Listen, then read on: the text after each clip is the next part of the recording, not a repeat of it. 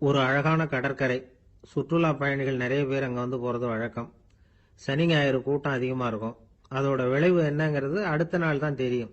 ஆமாம், அந்த கடற்கரையை சுத்தப்படுத்துகிற தொழிலாளிகள் திங்கட்கிழமை ரொம்ப சிரமப்படுவாங்க. சனி ஞாயிறு வந்த கூட்டம் கடற்கரை பூராவும் காலி ஐஸ்கிரீம் கப்புகளை வந்து வீசி எறிஞ்சிட்டு போயிருக்கும். ஆயிரக்கணக்கான கப்புகள் அங்கே பரவலாக கிடக்கும். அதையெல்லாம் பொறுக்கி எடுத்து சுத்தம் பண்ணி ஆகணும். இதனால திங்கட்கிழமை வேலைக்கு வர்றதுக்கு எல்லாரும் பயப்படுவாங்க. அப்படி ஒரு நிலைமை. பல பேர் அன்னைக்கு வந்து லீவ் எடுத்துட்டு போயிடுறது வழக்கம். நமக்கு எதுக்கு இன்னைக்கு தொந்தரவுன்னு. இது ஒரு பெரிய பிரச்சனையா இருந்தது. இதுக்கு என்ன பண்ணலாம் அப்படின்னு யோசனை பண்ணாங்க. ஒரு ஆலோசனை கூட்டத்துக்கு ஏற்பாடு பண்ணாங்களாம்.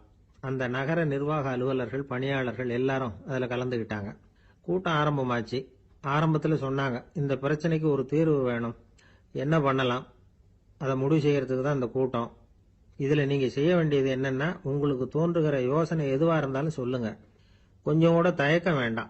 நாம சொல்ற யோசனை ஈடுபடுமா படாதா அப்படின்னு எல்லாம் யோசிக்க வேணாம். எல்லாருடைய யோசனைகளையும் அப்படியே பதிவு செய்துக்கிறோம். கடைசியா அதிலிருந்து ஒரு சிறந்த யோசனையை தேர்வு பண்ணி அதை பயன்படுத்தலாம். இந்த சந்தர்ப்பத்தில் இன்னொரு முக்கியமான வேண்டுகோள், எவ்வளவு சாதாரணமான யோசனையா இருந்தாலும் சரி, அது சொல்லும் பொழுது அடுத்தவங்க வந்து ஏளனம் செய்யக்கூடாது. இது ஒரு பெரிய யோசனையா அப்படின்னு சொல்லி எதையும் அலட்சியப்படுத்தக்கூடாது. இதுதான் அந்த கூட்டத்தின் ஆரம்பத்தில் செய்யப்பட்ட அறிவிப்பு. உடனே அந்த கூட்டத்தில் இருந்தவங்க ஆளுக்கு ஒரு யோசனை சொல்ல ஆரம்பிச்சாங்க.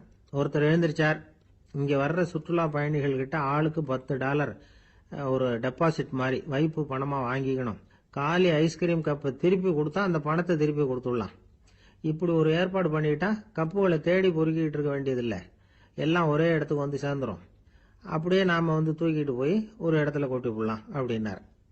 இன்னொருத்தர் எழுந்திருச்சார், கப்பை வந்து கீழே போட்டா $50 அபராதம் அப்படின்னு அங்கங்க போர்டு எழுதி வச்சுடலாம். கப்புகளை போடுறதுக்கு அங்கங்க பெரிய கூடைகளை வச்சுடலாம். நாம சாவகாசமா அந்த கூடைகளை சேகரம் பண்ணிக்கலாம் அப்படின்னாராம். இன்னொருத்தர் எழுந்திருச்சு கொஞ்சம் கோபமா பேசினார்.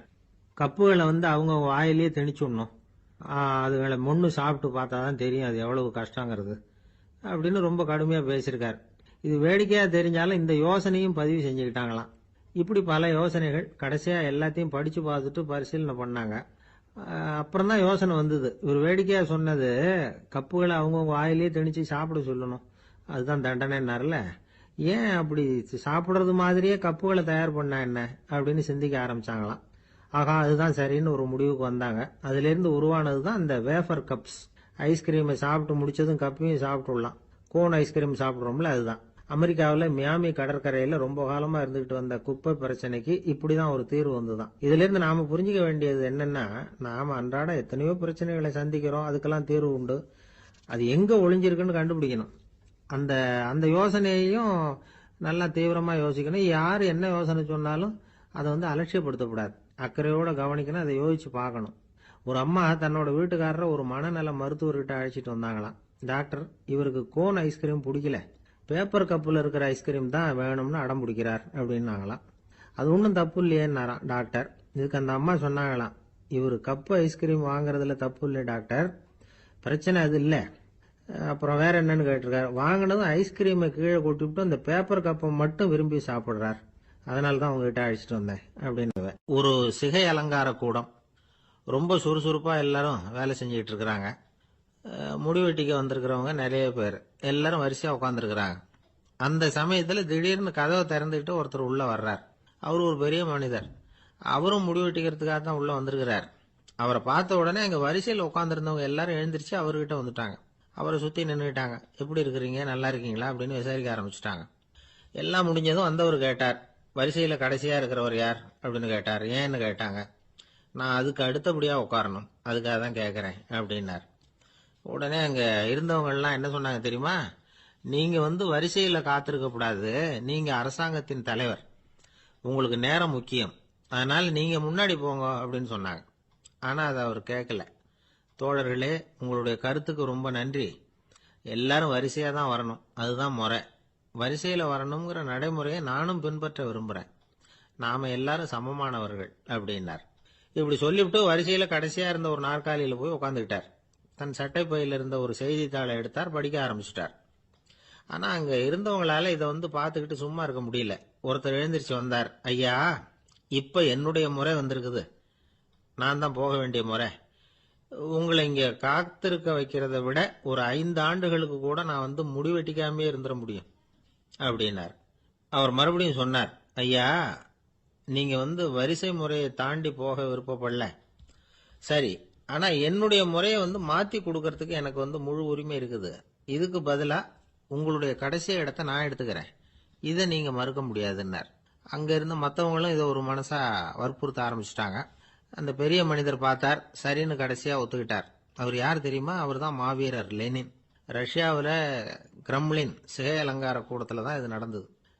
எல்லாரும் இந்நாட்டு மன்னர்கள்னு வாயளவுல பேசுறதுல என்ன பிரயோஜனம்? நாம எல்லாரும் சமம்ங்கிறத நடைமுறையில கடைபிடிச்சு காட்டினவங்க கொஞ்சம் பேர் தான். அவங்கள ஒருத்தர் தான் லெனின். வரிசையில் நின்று வர்றதுங்கிறது ஒரு சிறந்த பண்பு, உயர்ந்த பண்பு. இன்னைக்கு பல இடங்கள்ல அது நமக்கு தேவைப்படுது. ஒரு ரேஷன் கடைவாசல், கடை திறக்கிறதுக்கு முன்னாடியே எல்லாரும் வரிசையில் நின்றுட்டாங்க. கடைசியா வந்த ஒருத்தர் கியூவில் முன்னாடி போறதுக்கு முயற்சி பண்றார். ஏற்கனவே நின்றுட்டு இருக்கிறவங்க அவரை முன்னாடி போறதுக்கு விட மாட்டேங்கிறாங்க. கடைசியா போய் நில்லையா அப்படின்னு எல்லாரும் கத்துறாங்க. அது அவர் காதுல வாங்கல. முண்டி அடிச்சுக்கிட்டு முன்னாடி போறதுக்கே முயற்சி பண்ணிட்டு இருக்கிறார். எல்லாரும் சேர்ந்து அவரை வலுக்கட்டாயமா இழுத்து கொண்டாந்து பின்னாடி கொண்டு போய் நிறுத்திவிட்டு சொன்னாங்க, இதை பாருப்பா, நாங்க இருக்கிற வரைக்கும் நீங்க முன்னாடி போய் எதையும் வாங்க முடியாது, தெரிஞ்சுக்கோ அப்படின்னாங்க. இப்போ அந்த ஆள் சொன்னாராம், நான் இங்க பின்னாடி நிக்கிற வரைக்கும் நீங்களும் எதுவும் வாங்க முடியாது அப்படின்னாராம். ஏன்னு கேட்டிருக்கிறாங்க. நான் தான் அந்த கடையை திறக்க வேண்டிய ஆள் அப்படின்னு கேட்டான். ஒரு நாள் ராமர் அரசவையில உட்கார்ந்துருக்கிறார். ராமராஜ்யம் நடந்துகிட்டு இருந்த நேரம். அந்த சமயத்துல ஒரு நாய் அரச சபைக்கு வந்துதான். அது தலையில அடிபட்டு ரத்தம். அந்த கோலத்துல அது அங்க வந்தது. எல்லாரும் ஆச்சரியமா அதை பார்த்தாங்க. ராமரும் அந்த நாயை பார்த்தார். நீங்க வந்த காரியம் என்ன, என்ன நடந்தது, எதுவா இருந்தாலும் பயப்படாம சொல்லு அப்படின்னார். உடனே அந்த நாய் மெதுவா சொல்ல ஆரம்பிச்சுதான். ஐயா, நான் தெருவில் போய்கிட்டு இருந்தேன். வழியில ஒருத்தர் வந்தார். அவர் வேத சாஸ்திரம்லாம் படிச்ச பெரியவர். அவர் எந்த காரணமும் இல்லாம அவர் கையில வச்சிருந்த குச்சியால என் தலையில அடிச்சுட்டார். அதுதான் தலையில ரத்தம். இதை நீங்க விசாரிச்சு தகுந்த தீர்ப்பு வழங்கணும் அப்படின்னு தான் அந்த நாய். ராமர் பார்த்தார். உடனே தன்னுடைய காவலர்களை அனுப்புனார். அந்த ஆளை எங்க இருந்தாலும் போய் கொண்டுட்டு வாங்க அப்படின்னு விட்டார். காவலர்கள் போனாங்க. அந்த ஆளை பிடிச்சி கொண்டு வந்துட்டாங்க. அரண்மனைக்கு வா அப்படின்னு சொல்லி கூப்பிட்டுட்டு வந்துட்டாங்க. என்ன நடந்ததுன்னு விசாரிச்சார் ராமர். அதுக்கு அந்த ஆள் சொன்னார், நான் வீதி வழியா வந்துகிட்டு இருந்தேன். குறுக்க இந்த நாய் வந்தது. நான் அவசரமா போய்கிட்டு இருந்தேன். இது எனக்கு வழி விடாம குறுக்க பூந்து இடைஞ்சல் பண்ணிச்சு. எனக்கு கோபம் வந்துட்டுது. அதனால அடிச்சுட்டேன். வேத சாஸ்திரம் படிச்ச நான் என் வசம் இழந்து கோபப்பட்டது பெரிய தப்பு தான். அதை நான் ஒத்துக்கிறேன். குற்றத்தை ஒப்புக்கொள்றேன். எனக்கு என்ன தண்டனை கொடுக்கணுமோ அதை கொடுங்க, ஏத்துக்கிறேன் அப்படின்னு விட்டார். சரி, இப்ப அந்த ஆளுக்கு தண்டனை கொடுக்கணும். என்ன தண்டனை கொடுக்கறது யோசனை பண்ணார் ராமர். அதையும் அந்த நாய்கிட்டயே கேட்டார். நீயே சொல்லு, என்ன தண்டனை கொடுக்கலாம் இவருக்கு அப்படின்னார். இதுக்கு அந்த நாய் என்ன சொல்லிச்சு தெரியுமா? இவரை ஏதாவது ஒரு கோயிலுக்கு தர்மகர்த்தாவா நியமனம் பண்ணி விடுங்க, அதுதான் இவருக்கு சரியான தண்டனை அப்படின்னது. இதை கேட்டது ராமர் முகத்துல புன்னகை. ஆனா அங்க இருந்த மற்றவங்களுக்கு எல்லாம் ஆச்சரியம். அது எப்படி, தப்பு செஞ்சவங்களுக்கு தண்டனை கொடுக்கறது தானே நியாயம், அதை விட்டுட்டு தர்மகர்த்தா பதவியை கொடுக்க சொல்லுதே இந்த நாய் அப்படிங்கிற ஆச்சரியம். இந்த சந்தேகத்தை அந்த நாய்கிட்டயே கேட்டாங்க அங்க இருந்தவங்க. இதுக்கு அந்த நாய் பதில் சொல்லிச்சான். நான் போன பிறவியில ஒரு கோயிலுக்கு தர்மகர்த்தாவா இருந்தேன். எவ்வளவோ கவனமா எச்சரிக்கையா தான் என்னுடைய கடமைகளை எல்லாம் செஞ்சுக்கிட்டு வந்தேன். அப்படி இருந்தாலும் சில சமயங்கள்ல என்னையும் மீறி கோயில் செல்வத்தை நான் அனுபவிக்கிறதுக்கு காரணம் ஆயிட்டேன். ஒரு கோவிலுக்கு தர்மகர்த்தாவா இருக்கிறவங்க எப்படியும் இந்த பாவத்திலிருந்து தப்பிக்கிறது கஷ்டம். அதனாலதான் நான் இந்த பிறவியில நாயா பிறந்து இப்படி கஷ்டப்படுறேன். இதே நிலைமை இந்த ஆளுக்கும் ஏற்படணும் அப்படிங்கிறதுக்காக தான் அவரையும் ஒரு கோயிலுக்கு தர்மகர்த்தாவை நியமிக்கும்படி கேட்டுக்கிட்டேன் அப்படின்னு தான் இந்த நாய். இதுல இருந்து என்ன தெரியுது? எந்த பதவியில நாம இருந்தாலும் நமக்கு தெரியாம கூட அதை தவறா உபயோகப்படுத்தக்கூடாதுங்கிறத இதுல இருந்து புரிஞ்சுக்கணும். இல்லைன்னா அடுத்த பிறவியில நாயா பிறந்து எங்கேயாவது போய் வாழை ஆட்டிட்டு நிக்க வேண்டியதுதான். கோவில் வாசல்ல 2 நாய் பேசிக்கிட்டு இருந்துதான். போன ஜென்மத்துல நான் மனுஷனாதான் இருந்தேன். ஒரு கோவில் பூசாரி பேச்சை கேட்டுட்டு அவரோட கூட்டு சேர்ந்துக்கிட்டு ஆண்டவன் போட்டிருந்த நகையெல்லாம் அபகரிச்சு என்கிட்ட கொடுத்தாரு அவரு. நான் எடுத்துட்டு வந்துட்டேன். திருடினது அந்த ஆள் தான், எடுத்துக்கிட்டு வந்தது தான் நான். இருந்தாலும் நான் மட்டும் நாயா பிறந்துட்டேன். இப்போ மட்டும் அந்த பூசாரி என்கிட்ட மாட்டினா கடிச்சு குதறி போடுவேன் அப்படின்னு தான். அவசரப்பட்டு அப்படி செஞ்சுடாதே. பதிலுக்கு அவரும் உன்னை திருப்பி கடிச்சாலும் கடிச்சிருவார். ஏன்னா அவரும் இப்போ ஒரு நாயா தான் பிறந்திருக்கிறார் அப்படின்னு தான் இன்னொன்று. அது எப்படி உனக்கு தெரியும்னு தான் இது. நான் தானே அது அப்படின்னு தான் அந்த நலம். ஒரு நண்பர் வந்தார். ரொம்பவும் இறுக்கமா உடை அணிஞ்சிருந்தார். அதாவது ஆடைக்குள்ள அவர் மாட்டிக்கிட்டு இருந்தது மாதிரி தெரிஞ்சது. ஏன் துணி குறைச்சலா எடுத்துட்டீங்களா அப்படின்னு கேட்டோம். இல்லைங்க, எனக்கு எப்பவுமே இறுக்கமா உடை அணியறது தான் பிடிக்கும் அப்படின்னார். ஒருத்தர் எப்படி உடை அணிகிறார் அப்படிங்கிறத வச்சே அந்த ஆள் எப்படிப்பட்டவர் அப்படிங்கிறத கண்டுபிடிச்சிடலாம். உடை அணிகிற விதம் ஒருத்தருடைய மனநிலையை வெளிப்படுத்துதான். இப்ப இறுக்கமான உடை அணிகிறவங்க பொதுவா மன நிம்மதி இல்லாதவங்களா இருப்பாங்களாம், கோபக்காரங்களா இருப்பாங்களாம்.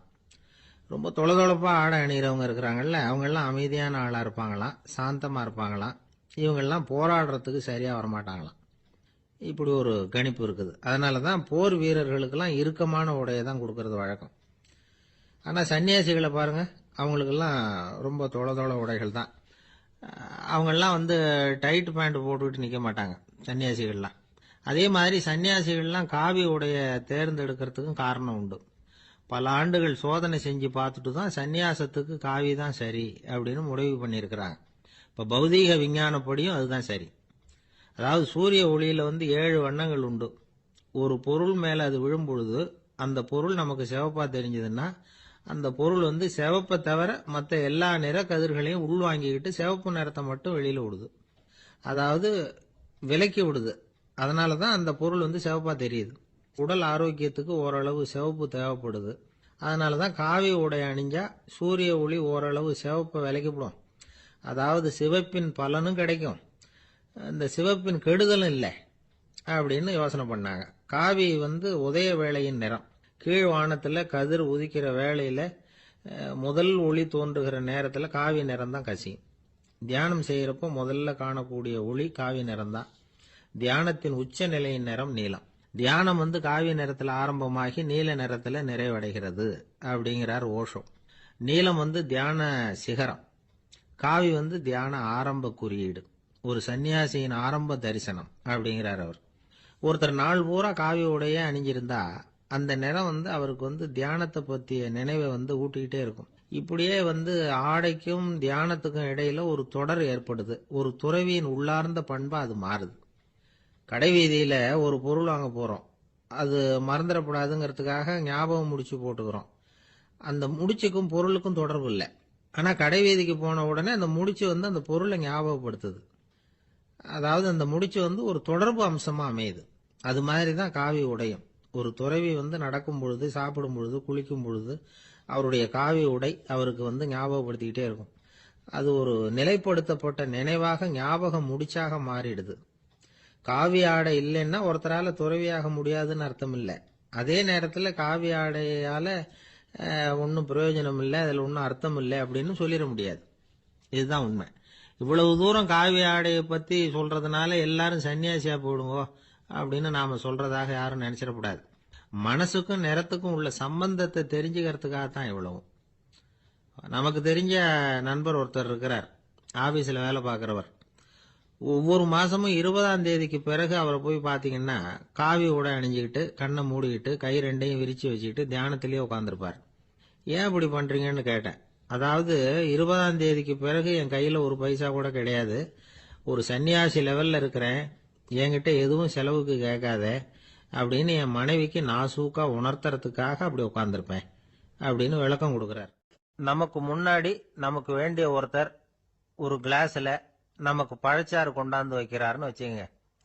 உடனே நாம என்ன பண்ணுவோம்? எடுத்து கிடுகிடுன்னு சாப்பிட்ருவோம், அடுத்தவங்க யாரும் வர்றதுக்குள்ள. அதை விட்டுட்டு அதை கொண்டாந்து வச்சவர்கிட்டயே அதோட விலை என்ன அப்படி இப்படின்னு நான் கேட்டுக்கிட்டு இருப்போம். நாம கேட்க மாட்டோம். ஆனா காந்திஜி அப்படி கேட்டாராம். எப்ப தெரியுமா? 1935. அந்த வருஷம் மே மாசத்துல ஒரு நாள் காந்திஜி டெல்லியில இருக்கிறார். அப்ப அவருக்கு 2 டம்ளர் மாம்பழச்சாறு கொண்டாந்து கொடுக்குறாங்க. அதை வாங்குறார். இதோட விலை என்ன அப்படின்னு கேட்டார் காந்திஜி. யாருகிட்ட கேட்டாருன்னா மனுபென் காந்தி கிட்ட கேட்கிறார். அவங்க தான் கொண்டாந்து கொடுக்குறாங்க. காந்திஜிக்கு உதவி செய்யறதுக்காக அவர் கூடவே இருந்தவங்க அவங்க கிட்ட தான் கேட்கிறாரு. காந்திஜி சும்மா வேடிக்கைக்காக இப்படி கேட்கிறாருன்னு நினைச்சுட்டாங்க அந்த அம்மா. அதுவும் இல்லாம அதோட விலையை கேட்டா காந்திஜி நிச்சயமா அதை சாப்பிட மாட்டார் அப்படிங்கிற பயம் வேற. அதனால அந்த அம்மா பதில் எதுவும் சொல்லாம கம்முன்னு இருந்துட்டாங்க. கொஞ்ச நேரம் ஆச்சு. அந்த பழச்சாறு வச்ச இடத்துல அப்படியே இருக்குது. வச்ச இடத்துல வச்சபடியே இருக்கு. காந்திஜி அதை சாப்பிடவே இல்லை. மனுபென் காந்தி பார்த்தாங்க. மெதுவா காந்திஜி கிட்ட போய் அதை சாப்பிடுங்களேன் அப்படின்னாங்க. பழச்சாறு விலை என்னன்னு கேட்டேன். அதுக்கு பதில் இல்லை. அது முதல் தப்பு. பதிலை எதிர்பார்த்திருந்தும் அதை பத்தி விசாரிக்கல. அது ரெண்டாவது தப்பு. இப்படி 2 தப்புகளை பண்ணிவிட்டு என்கிட்ட வந்து இதை சாப்பிடுங்கன்னு சொன்னா அது எப்படி அப்படின்னு கேட்டாராம் காந்திஜி. மனுபென் காந்தி என்ன சொல்றதுன்னு தெரியாம திகைச்சு போய் நின்றுகிட்டு இருந்தாங்க. காந்திஜி தொடர்ந்து சொன்னாராம். இப்ப என் முன்னாடி வச்சிருக்கிற இந்த பழச்சாறு விலை சுமாரா ஒரு ₹1/2 இருக்கும். அது அந்த காலத்து மதிப்பு. இந்த பழச்சாறு இல்லாம கூட என்னால இருக்க முடியும். ஆனா அவசியமான பொருள்களை வாங்கறதுக்கு கூட சக்தி இல்லாத மக்கள் இந்த நாட்டில் நிறைய பேர் இருக்கிறாங்க. அப்படி இருக்கிறப்போ எனக்கு என்னத்துக்கு இந்த விலை உயர்ந்த பானம்?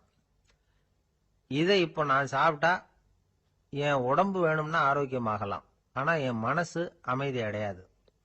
எனக்கு என்னுடைய உடல் ஆரோக்கியத்தை விட மன ஆரோக்கியம்தான் முக்கியம். அதனால இதை நான் சாப்பிட மாட்டேன், எடுத்துட்டு போயிடு அப்படின்னாராம். அந்த சமயத்துல ஒரு அகதி பொண்ணு 2 குழந்தைகளோட காந்திஜியை பார்க்கறதுக்காக வந்தது. வணக்கம் சொல்லிச்சு. காந்திஜி உடனே தனக்கு முன்னாடி இருந்த பழச்சாற்றை எடுத்து அந்த பொண்ணுகிட்டையும் குழந்தைகள்கிட்டையும் கொடுத்து சாப்பிட சொன்னார். அவங்க அதை வாங்கி ரொம்ப சந்தோஷத்தோட சாப்பிட்டாங்களாம். அதை பார்த்த காந்திஜி முகத்துல ஒரு புன்னகை, ஒரு பரவசம், ஒரு திருப்தி. அவர் மனசு நிறைஞ்சி இருந்தது. அப்போ அவர் சொன்னாராம், ஆண்டவன் எனக்கு எப்பவும் சரியான சமயத்துல கை கொடுப்பாருங்கிறது அதுக்கு இதுதான் அத்தாட்சி. நான் ஒரு இக்கட்டான சூழ்நிலையில இருக்கிறப்ப கூட கடவுளின் கருணையால அந்த சூழ்நிலை என்னை பாதிக்கல. என் கூட இவ்வளவு நாள் பழகியும் கூட இங்க இருக்கிறவங்க எனக்கு அதிக விலையுள்ள பழரசத்தை கொடுத்தாங்க. ஆனா சரியான நேரத்துல அதை சாப்பிட வேண்டியவங்களை என்கிட்ட அனுப்பி வச்சு என்ன சந்தோஷப்படுத்தினார் கடவுள். அவருக்கு நன்றி அப்படின்னாராம் மகாத்மா காந்தி. உடல் ஆரோக்கியத்தை விட மன ஆரோக்கியம்தான் எனக்கு முக்கியம்னு சொன்னார் பாருங்க. அதை நாம எல்லாரும் மனப்பூர்வமா இன்னைக்கு சிந்திச்சு பார்க்கணும். இந்த காலத்துல எல்லாரும் அப்படியா நினைக்கிறாங்க? எனக்கு தெரிஞ்ச ஒருத்தர் இருந்தார். தினமும் காலையில ஒரு காபி சாப்பிட உட்கார்ற நேரத்துல பக்கத்து வீட்டுக்காரர் வந்து சேருவார் கரெக்டா. உடனே அவரும் தனக்குன்னு வந்திருக்கிற காப்பியை எடுத்து மனப்பூர்வமா பக்கத்து வீட்டுக்காரர்கிட்ட கொடுத்துருவார். அதுக்கப்புறம் அவருக்காக வேற காப்பி போட்டு கொண்டாந்து கொடுத்தாலும் வேண்டான்னு சொல்லிடுவார். ஆண்டவனா பார்த்து சரியான நேரத்துல அவரை எங்க வீட்டுக்கு தினமும் அனுப்பி வைக்கிறார் அப்படிம்பார். ஏன் அப்படி சொல்றீங்க அப்படின்னு கேட்டோம் ஒரு நாள். அதுக்கு அவர் சொல்றார், எனக்கு என்னோட உடல் ஆரோக்கியம்தான் முக்கியம். இத கடவுள் புரிஞ்சுக்கிட்டு எங்க வீட்டு காப்பியை சாப்பிடுறதுக்கு தினமும் அடுத்த வீட்டுக்காரனை அனுப்பி வைக்கிறார் அப்படின்னாரு. கணவன் மனைவி அன்பா இருக்கணும், ஒருத்தர் ஒருத்தர் நல்லா புரிஞ்சுக்கணும், விட்டு கொடுக்கற மனப்பான்மை வேணும். அதுதான் ஒரு நல்ல குடும்பம். இன்னைக்கு பல குடும்பங்கள்ல அர்த்தமில்லாத சண்டைகள் தான் அதிகம். கிராமப்புறங்கள்ல வேடிக்கை ஒரு கதை சொல்லுவாங்க. ஒரு ஊர்ல ஒரு ஆள் இருந்தான். வேலை வெட்டி இல்லாம சும்மாவே இருந்தான். அவனுக்கு கல்யாணம் பண்ணி வச்சாங்களாம். மனைவி வந்து சேர்ந்தா. சும்மாவே உட்காந்துருக்கிறியே, ஏதாவது சம்பாதிக்கிற வழியை பாரு அப்படின்ட்டு இருக்கா. அதுக்கு தான் யோசனை பண்ணிட்டு இருக்கிறேன், ஒரு அருமையான ஐடியா அப்படின்னு நானா. என்ன அது சொல்லு அப்படின்னு இருக்கா அவ. ஒரு ஆட்டுக்குட்டி வாங்க போறேன்னு இருக்கான். அதை வாங்கி என்ன பண்ண போறேன்னா, அந்த குட்டி வளரும், பெருசாகும், அதுக்கப்புறம் அது நிறைய குட்டி போடும் அப்படின்ட்டு இருக்கான். சரி, அப்புறம் என்ன, அதையெல்லாம் சந்தையில கொண்டுட்டு போய் வித்துவிட்டு அந்த காசுக்கு ஒரு எருவு மாடு வாங்கலாம். சரி, அது எதுக்கு? எருவு மாடு நிறைய பால் கொடுக்கும், அதை கொண்டுகிட்டு போய் பால் பண்ணையில கொடுப்பேன், அல்லது நானே வித்துருவேன், கை நிறைய காசு கிடைக்கும். அதுக்கப்புறம் ஒரு பசுமாடு வாங்குவேன், பாலையும் விற்கலாம், நாமளும் காய் போட்டு சாப்பிடலாம், இப்படிலாம் சொல்லியிருக்கான். அப்போ அந்த பொண்ணு சொல்லிச்சான், அடுத்த தெருவில் இருக்கிற எங்க அம்மா வீட்டுக்கும் கொஞ்சம் பால் கொடுத்து அனுப்பலாம் அப்படின்னு இருக்கான் அந்த பொண்ணு. இந்த இடத்துல கணவனுக்கு கோவம் வந்துட்டுது. அது எப்படி உங்க அம்மா வீட்டுக்கு எதுக்கு கொடுக்கணும், அதெல்லாம் முடியாதுன்னு இருக்கான். இந்த இடத்துல சண்டை ஆரம்பமாயிட்டுது. கொஞ்ச நேரத்துல 2 பேரும் சத்தம் போட ஆரம்பிச்சுட்டாங்க. கடுமையான சண்டை நடக்கிறத பக்கத்து வீட்டுக்காரன் காதல வாங்கினான். அவன் ஓடியாந்தான். அவனுக்கு தெரியும், வாங்காத மாட்டுக்காக இப்படி சண்டை போட்டுக்கிட்டு இருக்கிறாங்கிறது அவனுக்கு புரியும். அவன் ஓடி வந்து சொன்னான், ஏண்டா உன்னோட பசுமாட்டை ஒழுங்கா கட்டி போடக்கூடாதான் இருக்கான். என்னடா சொல்றேன்னா இவன், உன் மாடு என் தோட்டத்தில் வந்து மேய்ஞ்சுட்டுது, பயிரெல்லாம் நாசமாயிட்டுது, 10,000 ரூபா அளவுக்கு சேதம், அதை வாங்கிட்டு போறதுக்கு தான் வந்தேன், குடுறா 10,000 நானா. இவன் அரண்டு போயிட்டான். அப்புறம் சொன்னான், டேய் நான் இன்னும் மாடே வாங்கலையே, அதுக்குள்ள அது வந்து எப்படிடா உன் தோட்டத்தில் மேயும், என்னடா உளர்றேன்னு இருக்கான். நீ தாண்டா இப்போ உளறிக்கிட்டு இருக்க, மாடே வாங்கலை, அதுக்குள்ள எப்படிடா வந்து உன்னுடைய மனைவி அவங்க அம்மா வீட்டுக்கு பால் கொடுத்து அனுப்ப முடியும் அப்படின்னு அவன் கேட்டானா. நம்மளால இப்பதான் புத்தி வந்துதான். அர்த்தமே இல்லாத சண்டை போட்டுக்கிட்டு இருக்கிறோம் அப்படிங்கறத அவன் புரிஞ்சுக்கிட்டானான். இது நம்ம முன்னோர்கள் சொல்லி இருக்கிற ஒரு கதை. சண்டையில தான் அர்த்தம் இல்லையே தவிர கதையில் அர்த்தம் உண்டு. அதாவது இல்லாத விஷயங்களுக்காக சண்டை போட்டுக்கிட்டு இல்லறத்தை வீணாக்கிக்கிட்டு இருக்கிற மனிதர்கள் இன்றைக்கு நிறைய பேர் இருக்கிறாங்க. ஒருத்தன் தன்னுடைய மனைவியை பத்தி மாமனார்கிட்ட புகார் சொன்னானா, மாமா உங்க பொண்ணு அர்த்தமில்லாத சண்டை போடுறா, எதுக்கு எடுத்தாலும் எடுத்தெறிஞ்சு பேசுறா அப்படின்னு இருக்கான். நீ எப்படி மாப்பிள்ள அதை சமாளிக்கிற அப்படின்னு கேட்டிருக்காரு அவரு. அவ எடுத்தெறியறது என் மேல படாம ஒதுங்கி நின்னுக்கிறேன் அப்படின்னு நானா. இந்த உலகமே ஒரு நாடக மேடை, நாம எல்லாரும் நடிகர்கள். இது வந்து ஞானிகள் சொல்றது. இது ஒரு பக்கம் இருக்கட்டும். இந்த உலகத்துக்குள்ள எத்தனையோ நாடக மேடைகள், எத்தனையோ நடிகர்கள், எத்தனையோ நாடகங்கள், இதெல்லாம் எப்படி ஆரம்பமாச்சு, அதுதான் இன்னைக்கு தகவல். அதாவது ஆதி மனிதன் பேச ஆரம்பிக்கிறதுக்கு முன்னாடி சைகையாலேயே எல்லாத்தையும் சொல்லிட்டு இருந்தான். அதனால அப்பவே நடிப்பு ஆரம்பமாயிட்டுது. முதல்ல ஒரு வேட்டையத்தான் அவன் வந்து நடிச்சு காட்டியிருப்பான். இவன் எப்படி போனான், எதிரில் மிருகம் எப்படி வந்தது, அதோட எப்படி சண்டை போட்டான், எப்படி அடிச்சு கொண்டுகிட்டு வந்தான், இதை அப்படியே மற்றவங்களுக்கு நடிச்சு காட்டியிருப்பான். ஏன்னா மொழி கிடையாது. இந்த காலத்துல எல்லாம் நாடகங்களில் நடிக்கிறவங்கள நடிகர்கள்ங்கிறோம். ஒரு காலத்தில் இவங்களுக்கு என்ன பேர் தெரியுமா, திஸ்பியர்கள் அப்படின்னு பேராம். இதுக்கு காரணம் உண்டு. அதாவது 2000 வருஷத்துக்கு முன்னாடி கிரீஸ் நாட்டில் திசிபியஸ் அப்படின்னு ஒரு ஆள் இருந்தான். அவன் ஒரு பெரிய நாடக கலைஞன். அவன் சில இளைஞர்களை சேர்த்துக்கிட்டான், பயிற்சி கொடுத்தான், நாடக குழுவை உருவாக்கினான், நடிகர்களையும் நாடகத்துக்கு தேவையான பொருள்களையும் ஏற்றிக்கிட்டு போகிறதுக்கு ஒரு வண்டியையும் தயார் பண்ணான். அந்த வண்டியிலேயே அவன் வந்து கிரேக்க நாடு பூராவும் சுற்றினான், ஊர் ஊராக நாடகம் போட்டான். ஒரு ஊருக்கு போனதும் அங்கே நாடகம் நடத்த தியேட்டர் இருக்கா அப்படிங்கலாம் பார்க்கறது இல்லை அவன். ஏன்னா அப்போலாம் தியேட்டர்னா என்னென்ன தெரியாது. நாடகம்னா அது ஒரு மூடிய கொட்டைக்குள்ளே தான் நடத்தணுங்கிறது அப்போ யாருக்குமே தோணலை. இந்த வண்டி போகும், அதுவே ஒரு பகுதி, அப்படியே ஒரு மேடை மாதிரி விரிச்சிக்கும், அதில் ஏறி நின்றுக்கிட்டு நாடகத்தை நடித்து காட்டுவாங்களாம். மக்கள்லாம் எதிரில் தரையில் உட்காந்து அதை பார்த்துக்கிட்டு இருக்கிறது. உலகத்தின் முதல் நடமாடும் தியேட்டர் இது தானா.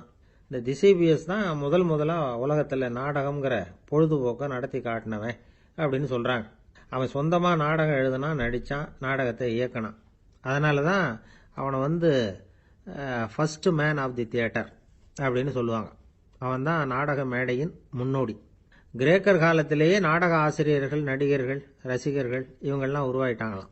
நாடகத்தின் சரித்திரத்தில் இந்த 3 பிரிவும் ரொம்ப முக்கியம். அதாவது கிரேக்க தியேட்டர்கள்லாம் திறந்த வெளி மேடைகள் தான். பெரும்பாலும் மலைச்சரிவுகள், அதுவே படிப்படியாக பண்ணியிருப்பாங்க. கீழே அரைவட்ட வடிவில் மேடை, அதுக்கு ஆர்கெஸ்ட்ரான்னு பேர். பிற்காலத்தில் இதில் உட்காந்து இசைக்குழுவினர் வந்து வாய்ச்சதுனால இசைக்குழுவுக்கே ஆர்கெஸ்ட்ராங்கிற பேர் வந்துட்டுது. இப்போ கிரேக்க தியேட்டர்களில் ஒன்று, அதோட காலம் வந்து கிமு 340. அதை இன்னமும் பாதுகாத்து வச்சிருக்கிறாங்களாம். எபிடாரஸ் அப்படிங்கிற இடத்துல அது இருக்குதான். இன்னமும் அந்த தியேட்டரை பயன்படுத்திக்கிட்டு வர்றாங்களாம். சிறந்த கிரேக்க நாடகங்கள்லாம் அங்கே நடிக்கிறாங்களாம். ஆரம்ப காலத்திலேயே கட்டணம் கிடையாது, அப்புறம் பின்னாடி தான் நுழைவு கட்டணம்லாம் அப்படியே வந்துட்டு தான். நடிகர்கள் வந்து பளபளப்பான ஆடைகள் உடுத்தியிருப்பாங்களாம், இந்த குதிகால் உயர்ந்த காலணிகள் போட்டிருப்பாங்களாம். இதெல்லாம் பழைய குறிப்புகள். பலவிதமான உருவங்களில் மாஸ்க் அப்படின்னு சொல்லப்படுற முகமூடி, அதனால் ஒரே நடிகர் பல வேடங்களில் நடிக்கிறது உண்டான். ஆரம்பத்தில் பெண் நடிகர்கள் கிடையாது, எல்லாம் ஆண் நடிகர்கள் தான். ரோமானியர்கள் தான் முதல் நிரந்தர நாடக மேடையை கட்டினவங்க. அதுதான் முதல் தியேட்டர். கிமு 1048 காலகட்டத்தில் பாம்பிங்கிற நகரத்தில் அதை கட்டியிருக்கிறாங்களாம். கிரேக்க ரோமானிய தியேட்டர்களின் அடிப்படையிலேயே இந்த இத்தாலிய வடிவ அமைப்பாளர்கள் இந்த குதிரை லாட வடிவில் ஒரு ஆடிட்டோரியத்தை உருவாக்கினாங்களாம். இப்படி அதை பற்றி நிறைய தகவல் இருக்குது. 1576 லண்டனில் இந்த வின்ஸ்பர்ரி, அப்புறம் இந்த பில்ட்ஸில், அப்புறம் ஜேம்ஸ் இப்படிங்கிறவர் முயற்சியால் தான் இங்கிலாந்தில் முதல் தியேட்டர் உருவாச்சான். அப்படி ஒருத்தர் இருந்தாராம். உலக நாடக மேடையின் வரலாறு இதுதான். அதாவது இப்பெல்லாம் அறிவியல் வளர்ச்சி அதிகமாயிட்டுது, திரைப்படம், தொலைக்காட்சி எல்லாம் வந்தாச்சு. ஒவ்வொரு வீடுமே ஒரு குட்டி தியேட்டர் மாதிரி ஆயிட்டுது. தொலைக்காட்சி முன்னாடி உட்காந்து எழுந்திருக்கவே மனசு வர்றதில்ல. ஒரு அம்மா ஒரு மனோதத்துவ டாக்டரை தேடிட்டு வந்தாங்களாம் இந்த காலத்துல. டாக்டர், எங்க வீட்டுக்காரர் எப்ப பார்த்தாலும் டிவி முன்னாடி உட்காந்துக்கிட்டு அதையே வெறிச்சு பார்த்துக்கிட்டு இருக்கிறார், உத்து பார்த்துக்கிட்டு இருக்கார், எனக்கு சந்தேகமா இருக்குன்னாங்களாம். இது மனக்கோளாறு இல்லைங்க, ஆர்வ கோளாறு, அவ்வளவுதான், இதுக்காக பயப்படாதீங்கன்னாராம் டாக்டர். அப்படி இல்லை டாக்டர், டிவி ஓடும் பொழுது நாம எல்லாம் அதை பார்க்கறோம் சரி, ஆனா அவர் அப்படி இல்லை, டிவியை நிறுத்தினதுக்கு அப்புறமும் அதையே உத்து பார்த்துட்டு உட்காந்துருக்கிறார், அதனாலதான் சந்தேகப்பட்டு உங்ககிட்ட வந்தேன் அப்படின்னாங்களாம். ஒரு ஊர்ல ஒரு மன்னன் இருந்தான், கொடுங்கோல் மன்னன். நிறைய தொந்தரவு பண்ணிக்கிட்டு இருந்தான். அவன் ஒரு தடவை என்ன பண்ணான் தெரியுமா? ஒரு தப்பும் பண்ணாத ஒரு இளைஞனை பிடிச்சி ஜெயிலில் அடைச்சுட்டான். அந்த பையனோட சொந்தக்காரங்கள்லாம் ராஜா கிட்ட போனாங்க. அவன் ஒரு தவறும் பண்ணல, அவனை விடுதலை பண்ணுங்க அப்படின்னு கெஞ்சி கேட்டுக்கிட்டாங்க. மன்னன் யோசனை பண்ணான். அந்த இளைஞனை கூப்பிட்டுக்கிட்டு வர சொன்னான். அவனை கொண்டாந்து ராஜா முன்னாடி நிறுத்தினாங்க. இதை பாருப்பா, உன்னை நான் விடுதலை பண்ணுவேன், ஆனா ஒரு கண்டிஷன், அந்த நிபந்தனையை நீ நிறைவேற்றினா உனக்கு விடுதலை அப்படின்னா மன்னன். சரின்னு ஒத்துக்கிட்டான் பையன். மன்னன் கண்டிஷன் என்னங்கிறத சொன்னான். உங்ககிட்ட ஒரு செம்மறி ஆட்டை கொடுக்க போறேன், ஒரு மாசத்துக்கு அதுக்கு தேவையான தீனியையும் கொடுக்க போறேன், ஒரு மாசம் கழிச்சு அந்த ஆட்டை எடை போட்டு பார்ப்பேன், அந்த ஆட்டின் எடை கொஞ்சம் கூட கூடி இருக்கக்கூடாது, எடை கூடி இருந்தா உனக்கு விடுதலை கிடையாது, என்ன சொல்ற அப்படின்னா. பையனுக்கு ஒன்றும் புரியல, பயமா போயிட்டுது, குழம்பிக்கிட்டே நின்றுகிட்டு இருக்கிறான். சரி, ஒரு நாள் டைம் தரேன், நல்லா யோசனை பண்ணி பார்த்துட்டு நாளைக்கு உன் முடிவை சொல்லு அப்படின்னா மன்னன். பையன் கவலையோட வெளியில வந்தான். அங்க ஒரு பெரியவர் நின்றுகிட்டு இருந்தார். அவர்கிட்ட விஷயத்த சொன்னான். அந்த பெரியவர் இந்த பையனுக்கு காதோட காதா ஒரு வழியை சொல்லி கொடுத்தார். அதை கேட்டதும் பையன் மறுபடியும் மன்னன் முன்னாடி நின்னா, உங்க நிபந்தனையை ஏத்துக்கிறேன்னு சொன்னான். மன்னன் ஒரு ஆட்டுக்குட்டியையும் அதுக்கு ஒரு மாசத்துக்கு தேவைப்படுற தீவனத்தையும் கொடுக்கும்படியா உத்தரவு போட்டான். கொடுத்தாங்க, ஓடிட்டு போயிட்டான். ஒரு மாசம் தினமும் தவறாம அந்த தீவனத்தை ஆட்டுக்குட்டிக்கு போட்டுக்கிட்டு இருக்கிறான். ஒரு மாசம் கழிச்சு அந்த ஆட்டை அரண்மனைக்கு ஓட்டிக்கிட்டு போனான். மன்னன் அதை எடை போட்டு பார்க்கறான், எடை கூடவே இல்லை, அப்படியே தான் இருக்குது. உடனே போட்ட நிபந்தனைப்படி அந்த இளைஞனை விடுதலை பண்ணிவிட்டான். சரி, ஆட்டுக்கு எடை கூடாம இருக்கிறதுக்கு அந்த பெரியவர் சொல்லி கொடுத்த யோசனை என்ன அப்படின்னா, அது வேற ஒண்ணும் இல்லை. அந்த ஆட்டுக்கு எதிரில் அது கண்ணுல படுற மாதிரி ஒரு ஓநாயை கட்டி போட சொன்னார், அவ்வளவுதான். ஆட்டுக்கு ஓநாய்ங்கிறது பிறவி பகை. ஓநாயை பார்த்தா ஆடு நடுங்க ஆரம்பிச்சிரும், அவ்வளவு பயம். தினமும் அந்த ஆடு பயந்துகிட்டே தீனி சாப்பிட்டுது, எடை கூடல, அதுதான் ரகசியம். இது சின்ன பிள்ளைங்களுக்கான ஒரு கதை. இதுல இருந்து தெரிஞ்சுக்க வேண்டிய உண்மை என்னன்னா, நாமெல்லாம் சாப்பிடுறப்ப மனசும் உடம்பும் அமைதியா இருக்கணும், அப்பதான் அது உடம்புல ஒட்டும். அவசரத்திலையும் பயத்திலையும் சாப்பிட்டா அது சரியா ஜீரணம் ஆகாது. இன்னொரு ராஜா இருந்தார். அவரும் ஒரு இளைஞனை ஜெயிலில் அடைச்சு விட்டார். விடுதலை பண்ணணும்னா ஒரு கண்டிஷன்னார். என்னன்னு கேட்டான். ஒரு ஆட்டுக்குட்டியை அவன் முன்னாடி கொண்டாந்து நிறுத்துவேன், நீ அதுகிட்ட ஒரு கேள்வி கேட்கணும், அதுக்கு சரியான பதிலை சொல்லணும், அப்படி செஞ்சுட்டா உனக்கு விடுதலைன்னார். இளைஞன் யோசனை பண்ணி பார்த்தான். சரின்னு ஒத்துக்கிட்டான். அது பிரகாரமே ஆட்டுக்குட்டிய பதில் சொல்ல வச்சுட்டான். என்ன நடந்தது தெரியுமா? ஆட்டுக்குட்டியை கொண்டாந்து நிறுத்தினாங்க. இவன் மெதுவா அதுகிட்ட போனான். அது காதுகிட்ட போய் ஏப்ரலுக்கு அடுத்த மாசம் என்ன மாசம்னு கேட்டான். அது உடனே மேன்னு கத்திச்சு. இவன் விடுதலை ஆயிட்டான். ஒருத்தர் குதிரை ரேஸுக்கு போனார், பணம் கட்டினார், தோத்து போயிட்டார். மறுபடியும் போனார், பணம் கட்டினார், தோத்து போனார். அடுத்த தடவையும் பணம் கட்ட போனப்போ அவரை தடுத்து கேட்டோம், ஏன் சார், ஏற்கனவே விட்டது போதாதா, இன்னமும் இருக்கிறத விடணுமா அப்படின்னு கேட்டோம். விட்டதையெல்லாம் மொத்தமா எடுக்க வேணாமா சார், அதுக்காக தான் தொடர்ந்து பணம் கட்டுறேன்னாரு அவரு. இவரை திருத்துறது ரொம்ப கஷ்டம். இது ஒரு மனநோய். மனநோய்கள்ல பல வகை உண்டு. மனநோய்கள் பிரிவு அட்டவணையில சூதாட்டம்ங்கிறது அவதி வரும் நோய் அப்படிங்கிற தலைப்புல வருது. சூதாட்டம் 2 வகைப்படும்னு சொல்றாங்க உளவியல் நிபுணர்கள்.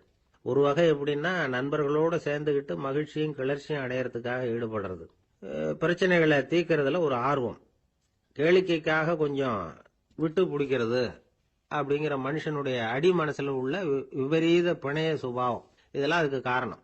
இன்னொரு வகை எப்படின்னா, சூதாட்டத்தில் ஈடுபட்டு ஒரு கட்டாய நிலைமைக்கு ஆளாயிடுறது, ஈடுபடு அப்படின்னு மனசு ஒரு வெறித்தன்மையை தூண்டிக்கிட்டே இருக்கும். இப்படிப்பட்டவங்களுக்கு நாம தோத்துக்கிட்டு இருக்கோம்ங்கிறது தெரியும், நாம ஜெயிக்கிறதுக்கான சந்தர்ப்பம் இல்லைங்கிறதும் தெரியும்.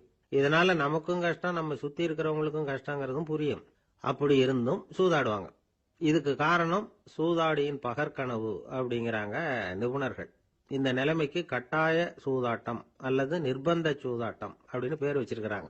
இப்படிப்பட்ட ஆசாமி இருக்கிறது பூரா விட்டுருவான், கடன் வாங்குவான், திருடுவான், இருந்தாலும் என்னைக்காவது ஒரு நாள் ஜெயிச்சிருவேன் அப்படின்னு சொல்லிக்கிட்டே இருப்பான். விட்டதை எடுத்துருவேங்கிற ஒரு நம்பிக்கை சுடர் அவனுக்குள்ள எரிஞ்சுக்கிட்டே இருக்கும். இவனை மனநோயாளி அப்படின்னு சொல்லிட முடியாதான்.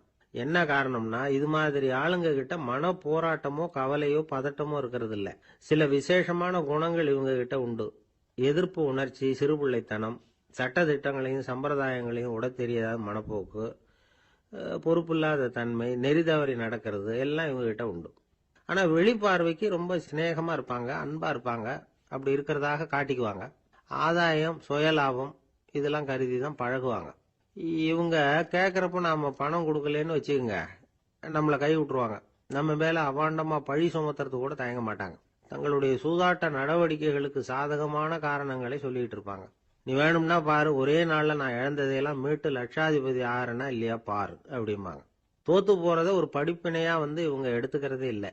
தோத்து போறதுலேயே இவங்களுக்கு ஒரு அலாதியான சுகம்.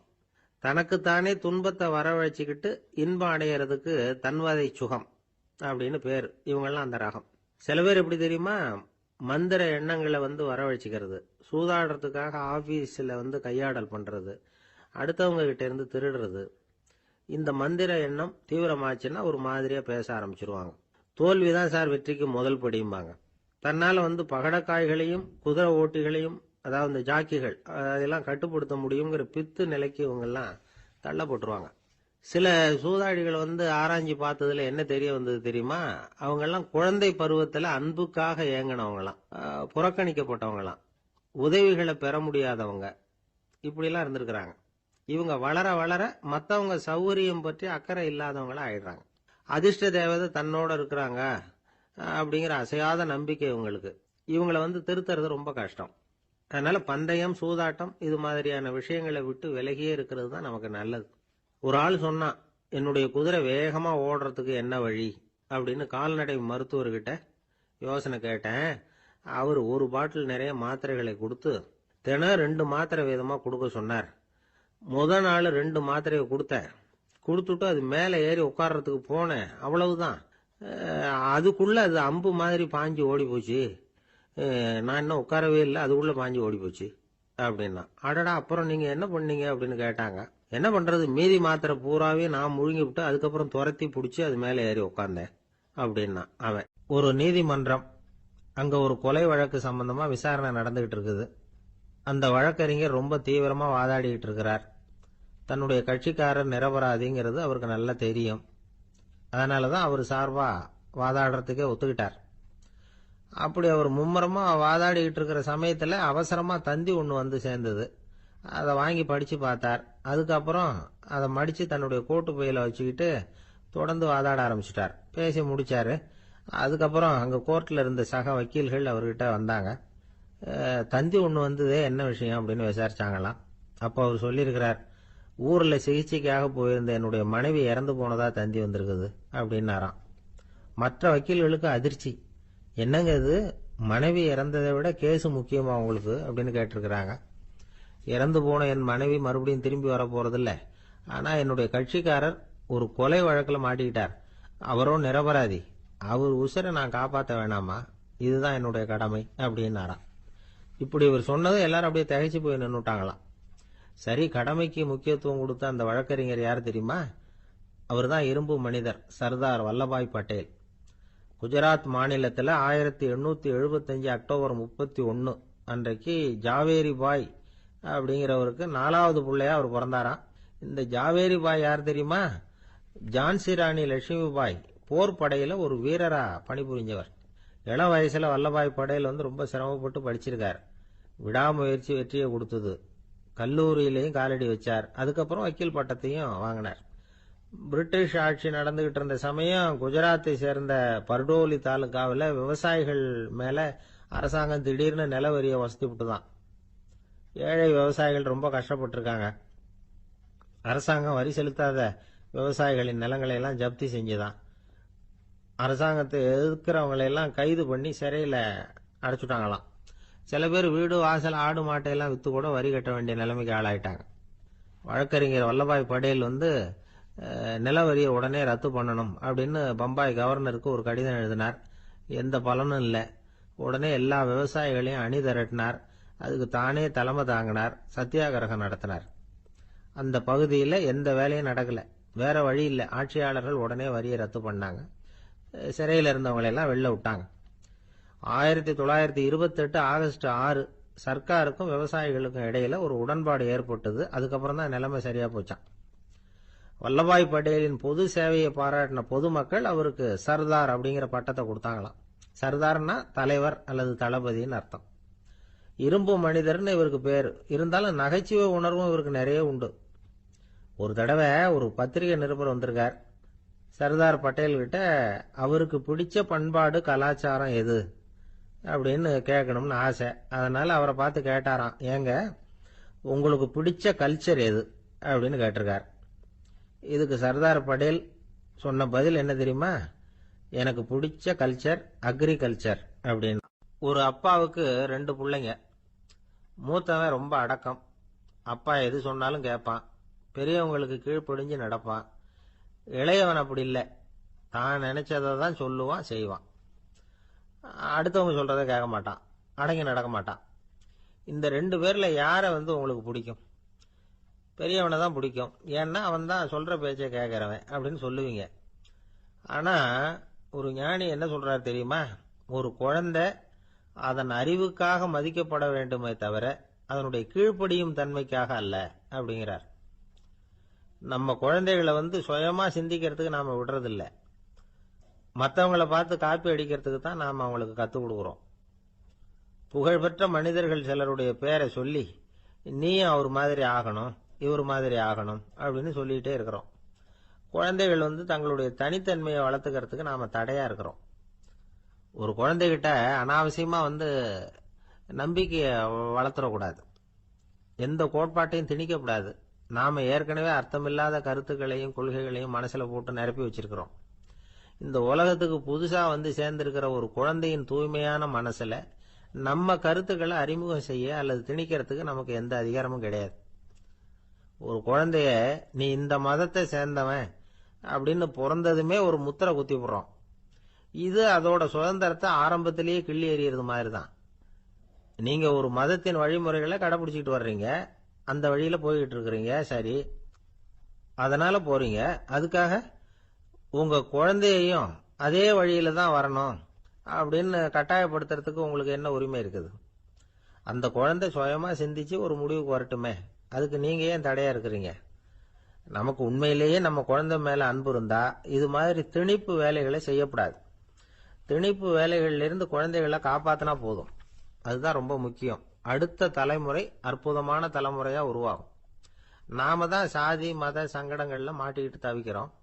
அவங்களாவது சாதி மத வேறுபாடு இல்லாத சமுதாயத்தை பார்க்கட்டுமே, அந்த சௌகரியங்களை அனுபவிக்கட்டுமே. அதுக்கு நாம என்ன செய்யணும்னா ஒன்னும் செய்யாம இருந்தா போதும். ஒரு குழந்தைகிட்ட நம்ம கருத்தை திணிக்கும் பொழுது என்ன ஆகுது தெரியுமா? அது அவனை அவங்கிட்ட இருந்தே அப்புறப்படுத்தி விடுது. அவனுடைய தனித்தன்மையை அழிச்சுடுது. அவனை ஒரு எல்லைக்குள்ள திணிச்சுடுது. இதெல்லாம் அன்புங்கிற பேரால பெற்றோர்கள் செய்யற தப்பு. இதெல்லாம் கேட்டுக்கிட்டு இந்த காலத்துல அப்பா ஒருத்தர் சொன்னார், நான் கருத்துக்களை எல்லாம் என் பையன்கிட்ட திணிக்கிறது இல்லைங்க, ஆனா அதிகமா சாப்பிட சொல்லி கட்டாயப்படுத்துவேன் அப்படின்னார். உங்க வீட்டு சமையல் அவ்வளவு நல்லா இருக்குமான்னு கேட்டாங்க. நல்லா இருந்தா நான் ஏன் அவனை சாப்பிட சொல்லி கட்டாயப்படுத்த போறேன் அப்படி. ஒரு சராசரி மனிதனுடைய இயல்பு என்ன? இன்பம் வந்தா துள்ளி குதிப்பான், துன்பம் வந்தா சோர்ந்து போய் ஒரு மூலையில உட்காந்துருவான். இவன் தான் சராசரி மனிதன். ஆனா ஒருத்தன் இன்பம் வந்தா அதுக்காக மகிழ்ச்சி அடையறதில்ல, துன்பம் வந்தா அதுக்காக சோர்ந்து போறதில்ல அப்படின்னு வச்சுக்கோங்க. அப்படி இருந்தா அவன் சாதாரண ஆள் கிடையாது. ஒரு ஊர்ல ஒரு ஞானி இருந்தார். அவரை தேடிட்டு ஒரு பெரியவர் வந்தார். ஐயா, ஞானத்துல சிறந்த ஞானம் எது அப்படின்னு கேட்டாராம். இதுக்கு அந்த ஞானி என்ன பதில் சொன்னார் தெரியுமா? இன்பத்தினால மகிழ்ச்சி அடையாமலும் துன்பத்தினால சோர்வு அடையாமலும் இருக்கிறது தான் அந்த ஞானம், பெரிய ஞானம் அப்படின்னாராம். சரி சுவாமி, அப்படிப்பட்ட ஞானம் உங்களுக்கு எப்படி வந்ததுன்னு கேட்டிருக்காரு இவரு. அதை நான் ஒரு கழுதைகிட்ட இருந்து கத்துக்கிட்டேன் அப்படின்னாராம் அவரு.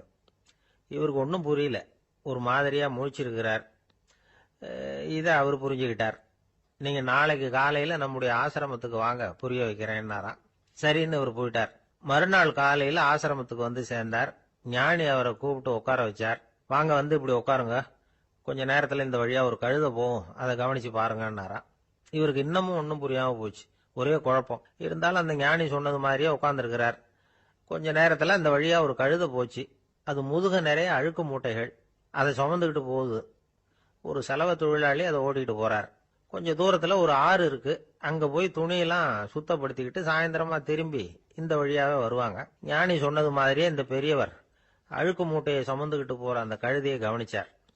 கழுதை போயிட்டுது. அதுக்கப்புறம் ஞானியை திரும்பி பார்த்தார். இப்ப அந்த ஞானி சொன்னார், சாயந்தரம் வரைக்கும் நீங்க இங்கேயே இருக்கணும்னார். அதே மாதிரி இவர் இருந்தார்.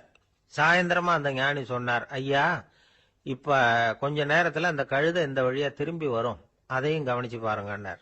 இவரும் கவனிச்சு பாக்குறார். கழுதை வந்தது. அது முதுகுல சலவை செய்யப்பட்ட துணி மூட்டை. அது பாட்டுக்கு சுமந்துக்கிட்டு போய்கிட்டு இருக்குது. பெரியவருக்கு ஒன்றும் புரியல. பொறுமை இழந்துட்டார். சரி சுவாமி, இந்த கழுதைக்கும் உங்க ஞானத்துக்கும் என்ன சம்பந்தம் அப்படின்னார். இப்ப அந்த ஞானி விளக்கினார். ஐயா, இந்த கழுதை இதே மாதிரி தினமும் காலையில அழுக்கு மூட்டைகளை சுமந்துக்கிட்டு ஆத்துக்கு போகுது. மாலையில வெண்மையான சுத்தமான துணிகளை சுமந்துக்கிட்டு திரும்பி ஊருக்கு போகுது. காலையில இது போகும் பொழுது முதுகல அழுக்கு மூட்டைகளை சுமந்துக்கிட்டு போறோமேங்கிற வருத்தமும் அதுக்கு கிடையாது. சாயந்தரம் திரும்பி வரும்பொழுது சுத்தமான துணிகளை சுமந்துக்கிட்டு வர்றோமேங்கிற மகிழ்ச்சியும் அதுக்கு இல்லை. இதை பார்த்துதான் நானும் அது மாதிரி ஞானத்தை கத்துக்கிட்டேன் அப்படின்னாராம். அதனால யாரு கத்து கொடுக்கறாங்க அப்படிங்கறத விட எதை கத்துக்கிறோம் அப்படிங்கறது தான் முக்கியம். ஒரு சினிமா பாக்குறோம், ஒரு அருவி கொட்டுறது மாதிரி காட்சி வருது, தண்ணீர் வழியுது. படம் முடிஞ்சதும் பாத்தீங்கன்னா அந்த திரை என்ன நனைஞ்சு போயா இருக்கும். ஒரு தீப்பிடிச்சு எரியிற காட்சியை சினிமாவில் பாக்குறீங்க. காட்சி முடிஞ்சதும் அந்த வெண் திரையே கருகி போயா இருக்கும். படத்துல வர்ற தண்ணீரும் நெருப்பும் அந்த திரையை பாதிக்கிறது இல்லை. நாம அந்த திரை மாதிரி இருக்கிறதுக்கு கத்துக்கணுமா. அந்த பக்குவம் வந்துட்டுதுன்னா இன்பமும் துன்பமும் நம்ம எதுவும் செய்யாது. ஒரு சினிமாவை பாக்குற வரைக்கும் சிரிக்கலாம், அழலாம். பார்த்துட்டு வெளியில வரும்பொழுது அழுதுகிட்டே வரக்கூடாது. ஒருத்தர் வந்தார். அப்படி படம் முடிஞ்சு வெளியில வரும்பொழுது அருவி மாதிரி கண்ணீர் சிந்திக்கிட்டே வரார். ஏன் சார், படம் அவ்வளவு சோகமா அப்படின்னு கேட்டார். இன்னொருத்தர், இல்ல சார், கூட்டம் ரொம்ப குறைச்சல் சார், மொத்தம் படம் பார்க்க வந்தவங்களே 15 பேர் தான் சார் அப்படின்னார் கண்ணீரை தொடச்சுக்கிட்டே. அதுக்கு நீங்க ஏன் சார் அழறீங்கன்னு கேட்டார் அவரு. இந்த படத்தோட தயாரிப்பாளரே நான் தான் சார் அப்படின்னாரா இவர். அவன், துஷ்டரை கண்டால் தூர விலகு, இப்படி ஒரு பழமொழி உண்டு. எதுக்காக இப்படி சொல்லி வச்சாங்க? துஷ்டன் ஏதாவது தொந்தரவு கொடுப்பான், அதனால அவனை கண்டா பயந்துகிட்டு ஓடி ஒளிஞ்சுக்கோ அப்படின்னா இதுக்கு அர்த்தம் அப்படி இல்லை. ஒரு துஷ்டன் கிட்ட நெருங்கி போறோம்னு வச்சுக்கோங்க, அவன் நமக்கு கெடுதலான ஆலோசனைகள் எதையும் சொல்லலாம், அல்லது அவன் தீய உணர்வுகள் உள்ளவனா இருக்கலாம், அல்லது தீய செயல்கள் செய்யக்கூடியவனா இருக்கலாம், அல்லது தீய நட்புனால அவன் ஏற்கனவே கெட்டு போனவனா கூட இருக்கலாம். இப்படிப்பட்டவனை நெருங்கி போனா அவனோட பாதிப்பு நமக்கும் வந்துடும். அதனால விலகி போ அப்படின்னு சொல்றாங்க. இதையே கொஞ்சம் விவரமா இப்ப பாப்போமே. இப்ப இந்த துஷ்டர்களை 4 வகையா பிரிக்கிறாங்க. இந்த 4 வகைக்கும் உதாரணம் வேணும்னா வேற எங்கேயும் போக வேண்டியதில்லை, மகாபாரதத்தை பார்த்தாவே போதும். அதுல இந்த 4 வகையான தீயோரும் வர்றாங்க. முதல் வகைக்கு உதாரணம் சகுனி. இவன் மனசுல எப்பவும் தீய எண்ணங்கள் தான் நிறைஞ்சி இருக்கும். கனவுல கூட தீய ஆலோசனைகள். யாராவது ஒருத்தர் நல்லபடியா வாழ்ந்தா அதை இவனால சகிச்சுக்க முடியாது. இப்படிப்பட்டவனோட நெருங்கிய தொடர்பு துரியோதனனுக்கு கிடைச்சது. துரியோதனன் எப்படின்னா அவன் ஏற்கனவே தீய காரியங்கள் செய்யறதுக்கு தயங்காதவன். அப்படிப்பட்டவனுக்கு தீய போதனைகள் செய்யறதுக்கு சகுனி உதவுனா. இந்த 2 பேரோட சகவாசம் இன்னொருத்தனுக்கு கிடைச்சது. அவன் யாருன்னா துச்சாதனன். அவன் தீய நடத்தை உள்ளவன். இந்த 3 பேரும் ஒண்ணு சேர்ந்தா என்னத்துக்கு ஆகும்? உலகமே கெட்டு போடும்ல. இந்த 3 துஷ்டர்களோட நல்லவன் ஒருத்தன் சேர்ந்தான். அவன் தான் கர்ணன். கர்ணன் இயல்பாவே உத்தம குணம் உள்ளவன். அவன் நல்லவங்களோட சேராம இப்படிப்பட்ட கெட்டவங்க கிட்ட நட்பு வச்சுக்கிட்டான். அதனால அவனும் தீய செயல்கள்ல ஈடுபடுறது மாதிரி ஆயிடுது. துரியோதனனுடைய நண்பனா அவனுடைய ஆதரவுல வளர்ந்ததுனால அவனுக்கு துணையா இருக்க வேண்டி இருக்குது அப்படின்னா. நட்பு உரிமையினால உதவி புரிய வேண்டியது சரிதான், அது தப்புன்னு சொல்ல முடியாது. இருந்தாலும் தீய செயல்களுக்கு உதவி செய்யறது சரியில்லை. புத்தி பலம் புஜ பலம் எல்லாம் இருந்தா கூட தெய்வ பலம் இல்லைன்னா ஜெயிக்க முடியாது. கர்ணன் மகா வீரன். இருந்தாலும் கடைசியில் அவன் கதி என்னாச்சு? அவங்ககிட்ட எல்லா நல்ல குணங்களும் இருந்தது. இருந்தாலும் ஏன் இப்படி ஆச்சு? தீயவர்களுடைய சேர்க்கை தான் காரணம். அவங்களோட சேர்ந்ததுனால இவனையும் அப்படியே நினைக்க ஆரம்பிச்சுட்டாங்கல்ல. 4 வகை துஷ்டர்கள்ல இவனும் ஒரு வகை அப்படின்னு சொல்ல ஆரம்பிச்சிட்டாங்க. அதாவது தீய ஆலோசனைக்கு சகுனி, தீய உணர்வுகளுக்கு துரியோதனன், தீய செய்கைக்கு துச்சாதனன், தீய நட்புக்கு கர்ணன். இப்படி உதாரணம் ஆயிட்டான். அதனாலதான் துஷ்டரை கண்டால் தூர விலகு அப்படின்னு சொன்னாங்க. அது புராண காலம். இப்பெல்லாம் நிலைமை கொஞ்சம் வேற விதமா இருக்குது. அன்னைக்கு ஒரு நாள் அப்படிதான் ஒரு காட்டு பாதையில யாரோ ஒருத்தர் அடிபட்டு கிடந்தார். யாரோ ஒரு துஷ்டன் அவரை அடிச்சு போட்டுட்டு போயிட்டான் போல இருக்கு. அந்த வழியா போன ஒருத்தர் பரிதாபப்பட்டு அவனை போய் தூக்குனார், ஆறுதல் சொன்னார். இத பாருங்க, இந்த வழியா எப்பவும் தனியா வரக்கூடாது. ஏன்னா இங்க ஒரு ரவுடி இருந்துகிட்டு வர்றவங்க போறவங்களெல்லாம் வழிப்பறி பண்ணிட்டு இருக்கிறதா கேள்விப்பட்டிருக்கிறேன் அப்படின்னாராம். இனிமே அப்படி கேள்விப்பட மாட்டீங்க அப்படின்னு அந்த ஆளு. ஏன்னு கேட்டிருக்காரு இவர். அவன் சொல்லியிருக்கான், நான் தான் சார் அந்த ரவுடி. இந்த வழியா போனவங்க கிட்ட தகராறு பண்ணேன். அவங்க தான் என்ன இப்படி அடிச்சு போட்டு என்கிட்ட இருந்த பணத்தை எல்லாம் புடுங்கிட்டு போட்டாங்க சார். காலம் ரொம்ப கெட்டு போச்சு அப்படின்னு ரொம்ப பரிதா. ஒருத்தர் மனசுல நிம்மதி இல்லாம உட்கார்ந்திருந்தார். என்ன சார் விஷயம் அப்படின்னு விசாரிச்சேன். அகலக்கால் வச்சுட்டேன், அதுதான் அவதிப்படுறேன்னார். விவரமா சொல்லுங்கன்னு. வீடு கட்டணும்னு ஆரம்பிச்சேன், வேலை பாதியிலேயே நிக்குது, கையில பணம் இல்லை அப்படின்னார். இது மாதிரி ஆசாமிகள் பல பேரை நீங்க பார்த்துருக்கலாம். இவங்கெல்லாம் சுலபமா மன அழுத்தத்துக்கு ஆளாயிடுறாங்க. மன உளைச்சல், அதாவது ஸ்ட்ரெஸ் அப்படின்னு சொல்றோமே, அதுக்கு அடிப்படையான சில காரணங்கள் உண்டு. அதாவது மிகையாக திட்டமிடுதல் அப்படிங்கறதும் ஒரு முக்கியமான காரணம். நடைமுறை சாத்தியம் என்னங்கிறத மனசுல வச்சுக்கிட்டு எந்த திட்டத்தையும் தீட்டணும், அப்பதான் அது சரியா வரும். ரெண்டாவது காரணம் என்ன தெரியுமா? ஒரே நேரத்தில் பல்வேறு செயல்களில் ஈடுபடுறது. தொலைபேசியில் பேசிக்கிட்டே கையில் இருக்கிற கடிதத்தை படிச்சுக்கிட்டே எதிரில் உட்காந்துக்கிட்டு இருக்கிறவருக்கும் அப்பப்போ பதில் சொல்லிக்கிட்டு மனசில் பல்வேறு சிந்தனைகளை அப்படியே ஓட விட்டுக்கிட்டு இருக்கிறது. இதுவும் மன அழுத்தத்தை உண்டாக்குது. மூணாவது காரணம், எதிலேயும் வெற்றி மட்டும் எதிர்பார்க்கிற ஒருதலைப்பட்சமான ஆர்வம். நாம தொட்டதெல்லாம் வெற்றியாவே முடியணும் அப்படின்னு எதிர்பார்க்கிறவங்க ஏதாவது ஒண்ணுல தோல்வியை கண்டா தோண்டு போயிடுறாங்க.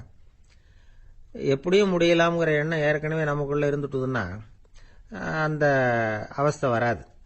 அதனால அதுவும் நம்ம வளர்த்து கொள்ள வேண்டிய ஒரு குணம். மன உளைச்சல் ஏற்படுறதுக்கு இன்னொரு காரணம், எதையும் வேகமா செஞ்சுடணும் அப்படிங்கிற துடிப்பு. அந்த துடிப்பே மனசை அழுத்த ஆரம்பிச்சிடும். எந்த ஒரு காரியத்திலையும் தாமதமோ இடையூறோ ஏற்பட்டா அதை பொறுத்துக்கிற மனப்போக்கம் வேணும். அது இல்லாதவங்க அழுத்தத்துக்கு ஆளாயிடுறாங்க. சில பேர் வேலை வேலைன்னு எந்த நேரம் பார்த்தாலும் வேலையே கதின்னு கிடப்பாங்க. பொழுதுபோக்குக்கோ உடற்பயிற்சிக்கோ குடும்பத்தில் உள்ளவங்க அல்லது நண்பர்கள் கூட கலந்துரையாடவோ கொஞ்சம் கூட நேரம் ஒதுக்க மாட்டாங்க. இந்த சுபாவம் மன அழுத்தத்தை உண்டு பண்ணும். இதையெல்லாம் புரிஞ்சுக்கிட்டு அதிலிருந்து விடுபடுறது எப்படின்னு யோசிக்கணும். வல்லுநர்கள் இது தொடர்பாக சில யோசனைகளை சொல்லி வச்சிருக்கிறாங்க. அது என்னன்னா, வாழ்க்கைங்கிறது பிரச்சனைகளால பின்னப்பட்ட ஒன்று. அது எப்பவுமே முடிவடையாத ஒரு தொடர்கதை அப்படிங்கிறத முதல்ல நாம புரிஞ்சுக்கணும். ஒரே நேரத்தில் ஒரு காரியத்தில் மட்டுமே நாம கவனம் செலுத்தணும். அடுத்தவங்க காரியத்தில் தலையிடக்கூடாது. எதையும் பேச ஆரம்பிக்கிறதுக்கு முன்னாடி நம்மை நாமே கேட்டுக்க வேண்டிய கேள்வி 2. 1, நான் சொல்ல போறது ரொம்ப முக்கியமானதா? 2வது, நான் சொல்றத அவங்க கேட்கறதுக்கு ஆசைப்படுறாங்களா? நான் பேசுறதுக்கு அது சரியான நேரம் தானா? இதை யோசிச்சு பார்த்ததுக்கு அப்புறம் எதையும் பேச ஆரம்பிக்கணும். முடிஞ்ச அளவுக்கு வளைந்து போகிற சுபாவத்தை வளர்த்துக்கணும். நம்ம நேரம் விலை மதிப்பு இல்லாதது. அதை வீணாக்கக்கூடாது. சிரிக்க தெரியலனாலும் பரவாயில்ல, முகத்தில் கொஞ்சம் புன்முறுவலாவது காட்டணும். இதெல்லாம் ரொம்ப முக்கியம். அடுத்தவங்க ஏதாவது செஞ்சா உடனே நன்றி சொல்ல மறக்கப்படாது. தினமும் கொஞ்ச நேரத்தை தனிமையில் செலவு பண்ணணும். மன உளைச்சலிருந்து விடுபடுறதுக்கு 3 முக்கிய வழிகள் சொல்றாங்க. அதை சுருக்கமா ரெட் அப்படின்னு சொல்றாங்க. RED ஆங்கில எழுத்துல. அந்த முதல் எழுத்து R, அது என்னன்னா ரிலாக்ஸேஷன், அதாவது இடை ஓய்வு. 2வது E எக்ஸர்சைஸ், உடற்பயிற்சி. 3வது டயட், திட்டமிட்ட உணவு முறை. அதனால தியானம், மூச்சு பயிற்சி இதெல்லாம் இந்த இடை ஓய்வுக்கு வழிகள். எந்த வேலையையும் தொடர்ந்து செய்யக்கூடாது. எல்லார்கிட்டையும் கலகலப்பா பழகணும். மாசத்துக்கு ஒரு நாளாவது குடும்பத்தோடு வெளியில போயிட்டு வரணும். சுலபமான உடற்பயிற்சிகளை செய்யலாம். உடற்பயிற்சிங்கிறது நமக்காக நாம செய்கிற ஒரு நீண்டகால முதலீடு அப்படின்னு சொல்லுவாங்க. அதாவது லாங் டேர்ம் இன்வெஸ்ட்மெண்டா. அளவோட சாப்பிடணும், மெதுவா சாப்பிடணும். இதெல்லாம் கொஞ்சம் மனசுல வச்சுக்கிட்டு நடந்துக்கிட்டா மகிழ்ச்சியா வாழலாம். சில பேர் சாப்பாட்டு விஷயத்துல ரொம்ப அக்கறை எடுத்துக்கிறது உண்டு. ஒரு குண்டு ஆசாமி சாப்பிட உட்கார்ந்தார். முதல்ல ஒரு மாத்திரை சாப்பிட்டார். எதுக்குன்னு கேட்டோம். பசி எடுக்கிறதுக்குன்னார். சாப்பிட்டு முடிச்சார். பிறகு மறுபடியும் ஒரு மாத்திரை சாப்பிட்டார். இது எதுக்குன்னு கேட்டோம். சாப்பிட்டது ஜீரணமாகறதுக்கு அப்படின்னார். ஒரு ஆபீஸ்ல வேலை பார்க்குற ஒருத்தர் ஏதோ தப்பு பண்ணிவிட்டார். உடனே மேல் அதிகாரி அவரை கூப்பிட்டு அனுப்புனார். நீ செஞ்சது தப்புன்னார் கோபமா. இது ஒரு ரகம். சில அதிகாரிகள் இப்படி நீங்க செஞ்சது தப்புன்னு சொல்றதில்ல, நீங்க செஞ்சது சரி அப்படின்னு சொல்றதில்ல. எப்படி சொல்லுவாங்கன்னா, நீங்க செஞ்சது சரியில்லைன்னு நான் நினைக்கிறேன் அப்படின்னு சொல்லுவாங்களாம். அதாவது சில பேர் நீங்க செஞ்சது தப்புங்கிறாங்க, அதையே மாத்தி சொல்றாரு இவர், நீங்க செஞ்சது சரியில்லைன்னு நினைக்கிறேன். இது ரெண்டும் அர்த்தம் ஒண்ணுதான், இருந்தாலும் வார்த்தைகள் வித்தியாசம். நிர்வாக திறமை இல்லாத ஒரு அதிகாரி யூ ஆர் ராங் அப்படின்னு சொல்லுவாராம். நிர்வாக திறமை உள்ள அதிகாரியா இருந்தா அதையே கொஞ்சம் மாத்தி I think you are not correct அப்படிம்பாராம். இதுதான் வித்தியாசம். இருந்தாலும் வார்த்தைகளை உபயோகப்படுத்துற விதத்தை வச்சுதான் வேலை நல்லா நடக்கிறதும் நடக்காததும் இருக்கு. விவரம் தெரிஞ்சவங்க என்ன சொல்றாங்க தெரியுமா? Be a leader not a boss அப்படிங்கிறாங்க.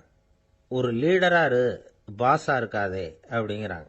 சரி, அப்படின்னா லீடருக்கும் பாஸுக்கும் வித்தியாசம் உண்டா அப்படின்னு கேட்டா இருக்குன்னு சொல்றாங்க. லீடருங்கிறவர் வேற, பாஸுங்கிறவர் வேற. ஒரு லீடர் எப்படி நடந்துக்குவார், ஒரு பாஸ் எப்படி நடந்துக்குவார், இதை முதல்ல நாம தெரிஞ்சுக்கணும். அவங்க எப்படி நடந்துக்குவாங்க அப்படிங்கிறதுக்கு சில விவரங்கள் இருக்கு. அதை கேட்டோம்னா நாம புரிஞ்சுக்கலாம் அதை. அதாவது பாஸுங்கிறவர் விரட்டிக்கிட்டே இருப்பார், லீடருங்கிறவர் ஊக்கப்படுத்திக்கிட்டே இருப்பார். நாளைக்கு சாயந்தரத்துக்குள்ள அந்த வேலையை செஞ்சு முடிக்கலன்னா தொலைச்சு விடுவோம் தொலைச்சி அப்படிம்பார் அவர். இவர் எப்படி சொல்லுவார்னா, இதுவரைக்கும் நீங்க செஞ்சிருக்கிற வேலை ரொம்ப அற்புதம் அப்படிம்பார். பாஸுங்கிறவர் அதிகாரத்தை நம்பி செயல்படுறவர், லீடருங்கிறவர் நல்லெண்ணத்தை நம்பி செயல்படுறவர். நம்ம கிட்ட அதிகாரம் இருக்கு, பவர் இருக்கு, அதனால காரியத்தை சாதிச்சுடலாம் அப்படின்னு நினைக்கிறவர் அவரு. மற்றவங்க கிட்ட ஒரு நல்ல அபிப்பிராயத்தை சம்பாதிச்சுக்கிட்டு அது மூலமா காரியங்களை சாதிக்கிறவர் இவர். பாஸுங்கிறவர் பயத்தை உண்டு பண்ணுவார், லீடருங்கிறவர் அன்பை பரவ செய்வார்.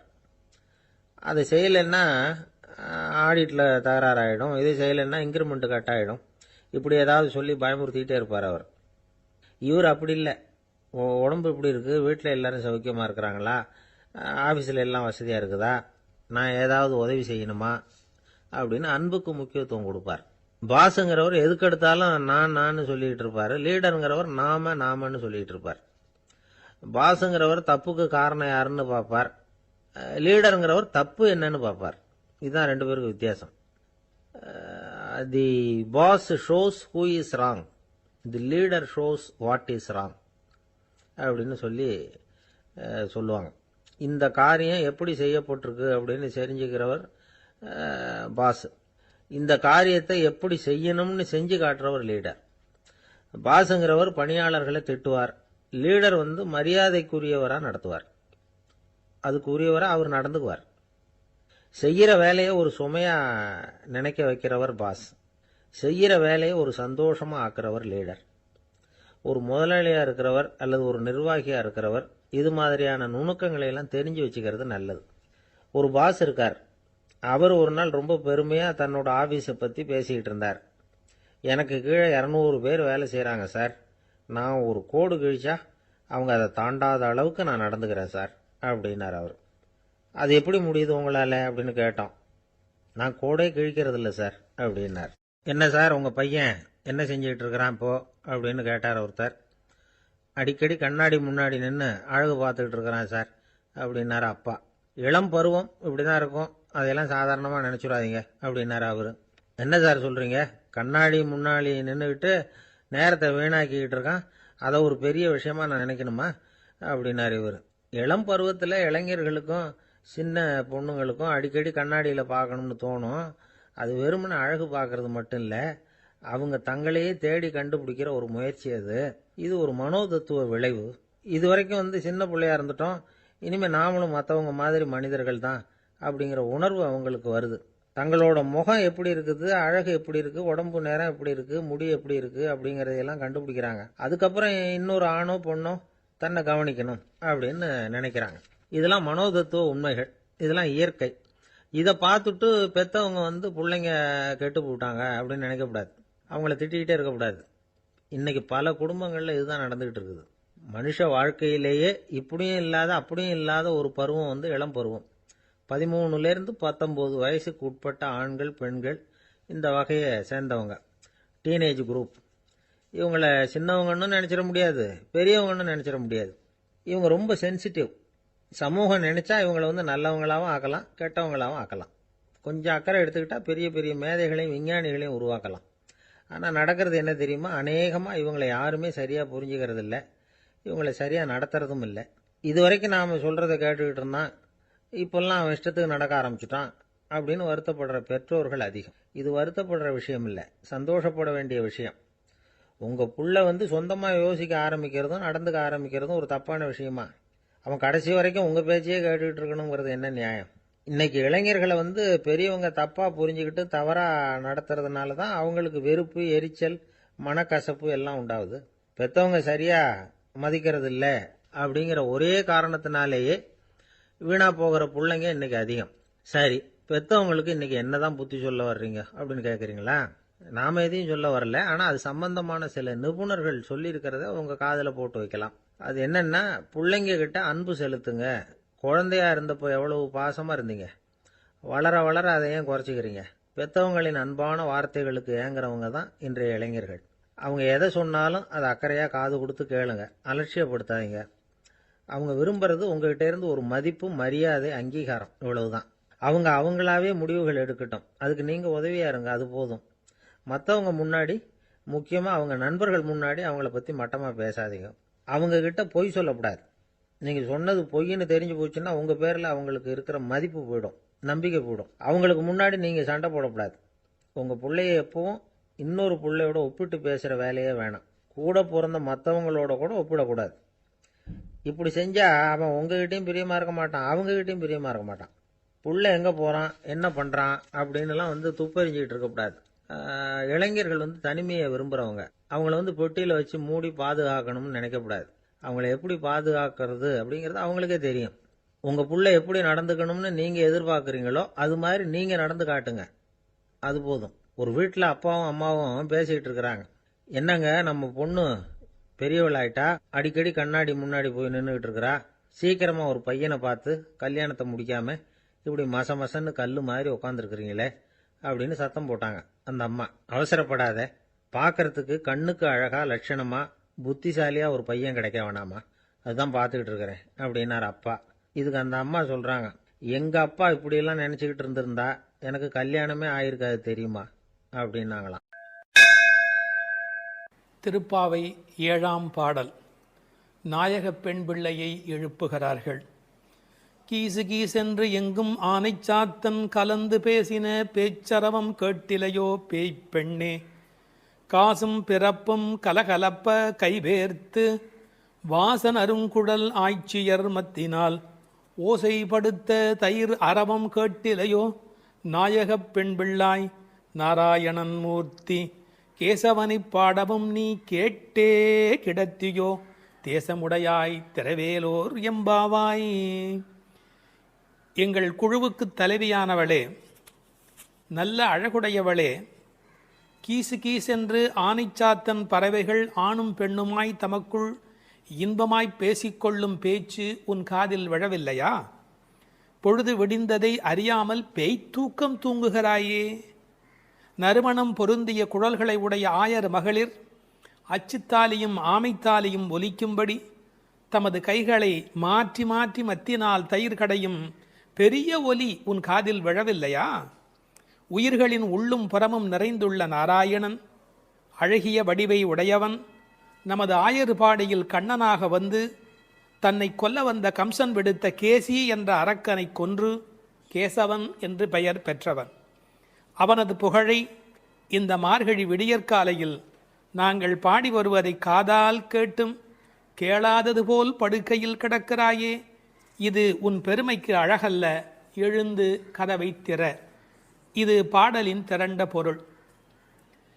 கரிச்சான் குஞ்சு, கரிக்குருவி, வலியன், செம்போத்து என்றெல்லாம் அழைக்கப்படுகிற அந்த குருவிகள் ஆனைச்சாத்தன் என்ற பெயருடையவை. அவை ஒன்றோடு ஒன்று கலந்து பேசுகிற போது கீசு கீசு என்று ஒலி எழுப்புகின்றன. பறவைகளுடைய ஒலி கிசு கிசு என்று இருந்தாலும் அது கிருஷ்ண கிருஷ்ண என்று சொல்லுவதைப் போல பக்தர்கள் காதில் விழுகிறது. ஒரு இயற்கை ஒலியை பாடலில் கொண்டு வந்து காட்டுகிறார் ஆண்டாள் நாச்சியார். இயற்கை எழிலை முழுமையாக படம் பிடிக்கிறார். ஏன்? Nature is the body language of the God the almighty. கடவுளின் உடல் மொழி எது என்று கேட்டால் இயற்கைதான் கடவுளின் உடல் மொழி. இந்த உலகம் பல சப்தங்களால் ஆனது. ஆனால் நமக்கு எந்த சப்தம் வேண்டுமோ அதைத்தான் நாம் கிரகித்துக் கொள்கிறோம். நமக்குரிய சப்தத்தை பிரித்தெடுப்பதுதான் வாழ்க்கையின் சூட்சமமே. வானொலி பெட்டியில் பாருங்கள், விதவிதமான அலைவரிசையில் பாடல் வரும், நாடகம் வரும், எத்தனையோ வரும், விளம்பரம் வரும். நீங்கள் எதை பிரித்து கேட்கிறீர்களோ அதுவே உங்களுக்குள் போகிறது. அதுபோல் பிரபஞ்சம் முழுவதும் பல்வேறு சப்தத்தால் நிறைந்திருந்தாலும் அவரவர்கள் அவரவருக்கு உரிய சப்தத்தை தான் எடுத்துக்கொள்ள முடியும். இந்த ஆனைச்சாத்தன் கலந்து பேசின பேச்சரவம் என்கிறாள். கணவன் மனைவி கூட பல வீட்டில் கலந்து பேசுவது இல்லை. ஆனால் இந்த பறவை பட்சிகளுடைய பண்பாடு காலையில் எழுந்தவுடன் மகிழ்ச்சியை வெளிப்படுத்துகின்றன. மனிதன் காலையில் எழுகிற போது மகிழ்ச்சியோடு எழ வேண்டும்.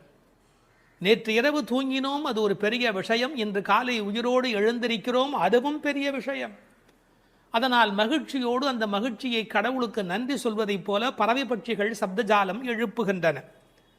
அவை பேசின பேச்சரவம் என்று ஒரு வார்த்தை பயன்படுத்துகிறார். பேச்சு என்பது தெளிவானது, அரவம் என்பது ஒலியை குறிப்பது, ஓசையை குறிப்பது. பெரிய சப்தத்துக்கு அரவம் என்று பொருள் வரும். இவர்கள் தனித்தனியாக பேசுகிறார்கள், மொத்தமாக கேட்கிற போது சப்தம் மட்டும்தான் கேட்கிறது. எதையுமே கூட்டமாக குழப்பிக்கொண்டால் நமக்கு புரிய போவதில்லை. கூர்ந்து தனியாக கவனித்தால்தான் பேச்சு கிடைக்கும், இல்லை என்றால் அரவம் தான் கிடைக்கும். பேசின பேச்சரவம் கேட்டிலையோ பேய்ப்பெண்ணே. இந்த பாடல்ல மோனை பேசின பேச்சரவம் கேட்டிலையோ பேய் பெண்ணே, அந்த பகரம் மோனையாக அமைந்திருப்பது ஒரு பெரிய அழகு. நீங்கள் உண்மையில் நல்ல விழிப்பில் இருந்தால், காலையில் மகிழ்ச்சியாக இருந்தால், பறவைகளின் குரல் மட்டுமல்ல, அவை தங்கள் சிறகுகளை சிலுசிலுப்பதை கூட நம்மால் கவனிக்க முடியும். அப்படி இவர்கள் அந்த ஆனைச்சாத்தனுடைய ஒலியை கேட்டு மகிழ்கிறார்கள். முதலிலே ஒன்னிரண்டு ஒலி எழுப்பியது, அதனால் கேட்கவில்லை என்று இந்த உள்ளே படுத்திருக்கிறவள் சொல்ல முடியும். அடி ஒன்று ரெண்டு அல்ல, இப்போது அரவம் பெரிதாக கூச்சல் போடுகிறதே, உனக்கு புரியவில்லையா என்ற அர்த்தத்தில் பேசின பேச்சரவம் என்றார்கள். இவள் உறக்கத்தை பேய்ப்பெண்ணே, பேய்போல் தூங்குகிறாயே என்று கேட்கிறார்கள். உண்மையிலே பேயாய் அலைகிறான் என்றுதான் சொல்வார்களே ஒழிய பேயாய் தூங்குகிறான் என்று சொல்ல மாட்டார்கள். ஒரே விஷயத்தில் தீவிரத்தன்மை காட்டுகிற போது என்ன இப்படி பேய் மாதிரி அலையரே என்று பேசுவது வழக்கம். இவள் தீவிரத்தன்மையினாலே, கண்ணன் மீது கொண்ட காதலினாலே இப்படி கிடக்கிறாளா, அல்லது தமஸ் என்கிற தாமத குணத்தின் காரணமாக இப்படி கிடக்கிறாளா? இது ஒரு பெரிய கேள்வி. சில பேர் ஒரு கோயில் குடமுழுக்குக்கு வேலை செய்வார்கள், பேயாக வேலை செய்வார்கள். அந்த குடமுழுக்கு வெற்றி பெறுவதற்கு வேண்டிய வகையில் அல்லும் பகலும் பாடுபட்டு கொண்டே இருப்பார்கள். குடமுழுக்கு வேளையில் போய் தூங்கி விடுவார்கள். இந்த உழைத்த களைப்பு காரணமாக அந்த கும்பாபிஷேகம் நடக்கிற போது போய் தூங்கி விடுவார்கள். அப்படி ஒருவேளை இன்றைக்கு நோன்புக்கு போகிறோமே, நீ இப்படி தூங்கலாமா? நாயக பெண்பிள்ளாய் முதலில் பேய்ப்பெண்ணே என்று அழைத்தவர்கள் பின்னாலே நாயக பெண்பிள்ளாய் தேசமுடையாய் என்று அழைக்கப் போகிறார்கள். பேய் என்றவுடன் தாழ்வாய் நினைத்துவிட வேண்டாம். பேயனாய் ஒழிந்தேன் எம்பெருமானுக்கே யானும் ஒரு பேயனே என்று குலசேகர ஆழ்வார் அருமையாக அதை வேறு ஒரு கோணத்தில் பாடி காட்டுகிறார்.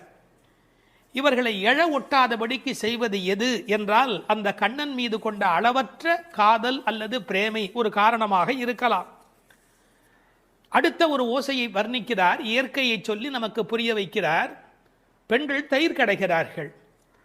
அந்த பெரிய ஆய்ச்சிமார்கள் தயிர் கடைகிற போது அவர்கள் கழுத்தில் அணிந்திருக்கிற தாலி, அதுவும் காசும் பிறப்பும் கலகலப்ப கைவேர்த்து, அச்சுத்தாலி ஆமைத்தாலி என்பார்கள். இதை கொஞ்சம் புரிந்து கொள்வது கடினம். இளம் வயதிலிருந்தே பெண்களுக்கு தங்க காசு கொடுத்து கொண்டே வருவார்கள். அந்த தங்க காசு தான் பெண்ணுக்கு உண்மையிலேயே மிகப்பெரிய சீதனம். அவர்களுக்கு தங்கத்தின் மூலம் சேமிப்பு நிகழும். தங்கள் சேமிப்பை காசாக்கி கையிலே வைத்திருப்பார்கள். திருமணமாகி அடுத்த வீட்டுக்கு போகிற போது அவர்களுக்கு ஆமைத்தாலி, கொஞ்சம் புடைத்த மாதிரி 2 உருண்டையாக இருக்கும், அதற்கு ஆமைத்தாலி என்று பெயர். அந்த காசும் பிறப்பும் அது ரெண்டையுமே கழுத்திலே கோர்த்து போட்டிருப்பார்கள் மஞ்சள் கயிற்றில். இந்த காசையும் மாட்டிக்கொள்வார்கள். அதன் பிறகு இந்த ஆமைத்தாலி என்கின்ற அந்த உருண்டையான தாலியையும் மாட்டிக்கொள்வார்கள். அப்படி தயிர் கடைகிற போது ரெண்டும் ஒன்றோடு ஒன்று மோதி ஒரு பெரிய ஒலியை எழுப்புகிறது. என்ன டிராமாட்டிக்காக அதை கொண்டு வந்து நம்முடைய கண் முன்பாக காட்டுகிறாள் பாருங்கள். கண் முன்பாக அந்த காட்சி படப்பிடிப்பு போல வந்து நிற்கிறது. காலையில் வெண்ணெய் கடைகிறார்கள். ஏன் தெரியுமா? வெயில் ஏறி விட்டால் வெண்ணெய் உருகிவிடும், கண்ணனும் விட்டு வைக்க மாட்டார். எனவே அதிகாலையிலே கடைய வேண்டும் என்று வெண்ணெய் கடைகிறார்கள். பகவான் ராமகிருஷ்ணர் ஓர் உதாரணம் சொல்லுகிறார். வெண்ணெய் கடைகிறவர்கள் விடியற்காலையில் கடைவார்கள். காரணம், வெயில் வந்து விட்டால் வெண்ணெய் இளகிவிடும். அதுபோல் பக்தி வர வேண்டிய வயது இளம் வயது. உங்களுக்கு வயதாகிவிட்டால் உலகத்தின் வெப்பத்தில் அது உருகி ஓடிவிடும். எனவே இளம் வயதில் பக்தி வெண்ணெய் திரள வேண்டும், காலையில் மோர் கடைவது தயிர் கடைவது போலே என்று பகவான் ராமகிருஷ்ணர் ஒரு கருத்து சொல்வார். கை பேர்த்து கடைய முடியல, மலை மாதிரி வெண்ணெய், பார்க்கடல் மாதிரி பானை, எவ்வளவு நேரம் அந்த மத்தை போட்டு உருட்டி கொண்டே இருக்கிறது. கை மாற்றி கை பேர்த்து. காலையிலேயே இந்த பெண்கள் தலையில் பூச்சூடி இருக்கிறார்கள். இவர்கள் குழலுக்கே வாசம் இருக்கிறது. வாசனரும் குழலாய்ச்சியர் மத்தினால் ஓசைப்படுத்த தயிரரவம் கேட்டிலையோ. அந்த ஓசையிலே ஒரு அழகு இருக்கிறது. பித்தகோரஸ் கொல்லறு பட்டறையிலே ஏற்படுகிற ஒலியை வைத்துக்கொண்டு அந்த இரும்பின் அடர்த்தி என்ன என்று சொல்ல முடியும் என்று சொல்கிறார். அடர்த்தியான இரும்பு வர வர அதை தட்டுகிற அந்த ஒலி ஓசை மாறிக்கொண்டே போகும் என்று சொல்லுகிறார். ஒலி அழகை பற்றி மகாகவி பாரதி ஒரு மனிதனை ஒலியும் ஓசையும் என்ன பாடுபடுத்துகிறது என்பதை குறிப்பிடுகிறார். காணப்பறவை கலகலமெனும் ஓசையிலும், காற்று மரங்களிடை காட்டும் இசைகளிலும், ஆற்று நீரோசை அருவி ஒலியினிலும், நீலப் பெருங்கடல் என் நேரமுமே தான் இசைக்கும் ஓலத்திடையே உதிக்கும் இசையினிலும், மானுட பெண்கள் வளரும் ஒரு காதலினால் ஊனுருக பாடுவதில் ஊரிடும் தேன் வாரியிலும், ஏற்ற நீர் பாட்டின் இசையினிலும், நெல்லிடிக்கும் கோற்றொடியார் குக்குவென கொஞ்சும் ஒலியினிலும், சுண்ணமிடிப்பார்தம் சுவை மிகுந்த பண்களிலும், பண்ணை மடவார் பழகு பல பாட்டினிலும், வட்டமிட்டு பெண்கள் வளைக்கரங்கள் தாமொலிக்க கொட்டி இசைத்திடுமோர் கூட்டமுத பாட்டு கோரஸ் கூட்டமுத பாட்டினிலும், வேயின் குழலோடு வீணை முதலாம் மனிதர் வாயினிலும், கையாலும் வாசிக்கும் பல்கருவி நாட்டினிலும், காட்டிலும் நாளெல்லாம் நந்தொலிக்கும் பாட்டினிலும் நெஞ்சை பறிகொடுத்தேன் பாவினான் என்று மகாகவி பாரதி பாடுகிறார். இசையினுடைய வலிமை அது. அப்படி ஓசைப்படுத்த தயிரரவம் கேட்டிலையோ. நாயகப் பெண் பிள்ளாய் நீ எங்கள் தலைவியாயிற்றே. நாராயணன் மூர்த்தி, எப்பேற்பட்ட வலிமையுடையவன், எப்பேற்பட்ட பெருமையுடையவன் எம்பெருமான். அந்த எம்பெருமான் திருப்பெயரையும் கல்யாண குணங்களையும் பேசுவதுதான் பாசுரத்தினுடைய நோக்கமே. கேசி என்கிற ஒரு அரக்கனை வென்றவன், அதனால் கேசவன் என்கிற பெயரை பெற்றவன். கேசவனை பாடவும் நீ கேட்டே கிடத்தியோ. ராமாவதார காலத்திலே கரதூஷண வதம் முடிந்தவுடனே சீதை ஓடி வந்து கட்டிக்கொள்கிறாள். அப்படி கேசிவதம் நிகழ்ந்தது என்று சொன்ன உடனே நீ கண்ணனை கட்டிக்கொள்வதற்கு எழுந்து வருவாய் என்று பார்த்தால், நல்லவேளை கண்ணனுக்கு ஆபத்து இல்லை என்று நெஞ்சை பிடித்து கொண்டு தூங்குகிறாயா? கேசவனை பாடவும் நீ கேட்டே கிடத்தியோ. கேசமுடையாய், இதான் பெண்களுடைய இயல்பு. எவ்வளவுதான் பெண்கள் மாறினாலும் அடுத்த பெண்ணினுடைய கூந்தல் எவ்வளவு நீளம் என்பதை பற்றி யோசிப்பார்கள். கேசமுடையாய் திரவேலோர் எம்பாவாய் என்று இந்த பாசுரம் நிறைவு பெறுகிறது. ஒரு சிறு திருத்தம். தேசமுடையாய் என்றும் ஒரு பாடம் உண்டு. கேசமுடையாய் என்பதை விட தேசமுடையாய் என்ற பாடல் வரியிலே பொருள் ஆழம் சுவை கூடுதலாக இருக்கிறது என்று கருதுவதற்கு இடமுண்டு. காரணம், அவள் அழகான கூந்தலை உடையவள் என்ற பொருளிலே 1-2 பதிப்புகளிலே கேசமுடையாய் என்கிற பாடம் இருக்கிறது. ஆனால் தேசமுடையாய் என்ற சொல்லுக்கு பொருள் ஒளியுடையவளே என்பது பொருள். ஒரு பெண்ணை வர்ணிக்கிற போது ஒளிதான் பிரதானம், பொன்னின் ஒளி பூவின் வெறி என்று சீதா பிராட்டியாரை கவிச்சக்கரவர்த்தி கம்பன் வர்ணிக்கின்றார். கண்ணனுடைய நினைப்பில் எப்போதும் ஒளி உடையவளாக விளங்குகின்றாள் என்ற பொருளிலே தேசமுடையாய் என்கிற பாடம் சுவையான, அழுத்தமான, ஆழமான, பெரும்பகுதி பதிப்புகளில் காணப்படுகிற பாடம் என்பதையும் சொல்லிக்கொள்ள விரும்புகிறேன். வணக்கம்.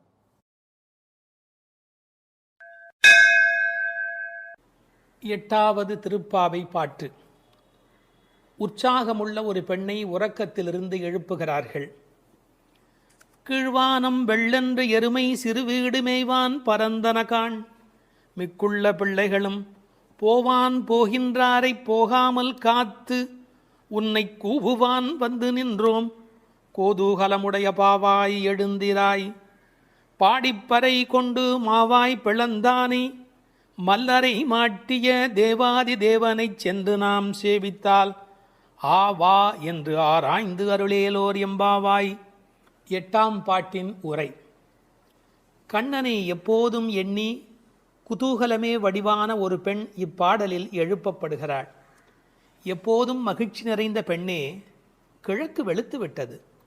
பனிப்புல் மேய்வதற்காக எருமைகளை அவிழ்த்து விட்டு விட்டார்கள்.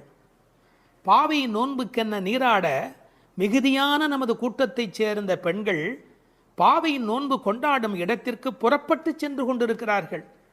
அவர்களை நடுவில் நிறுத்தி உன்னை அழைத்துச் செல்வதற்காக நாங்கள் வந்திருக்கிறோம்.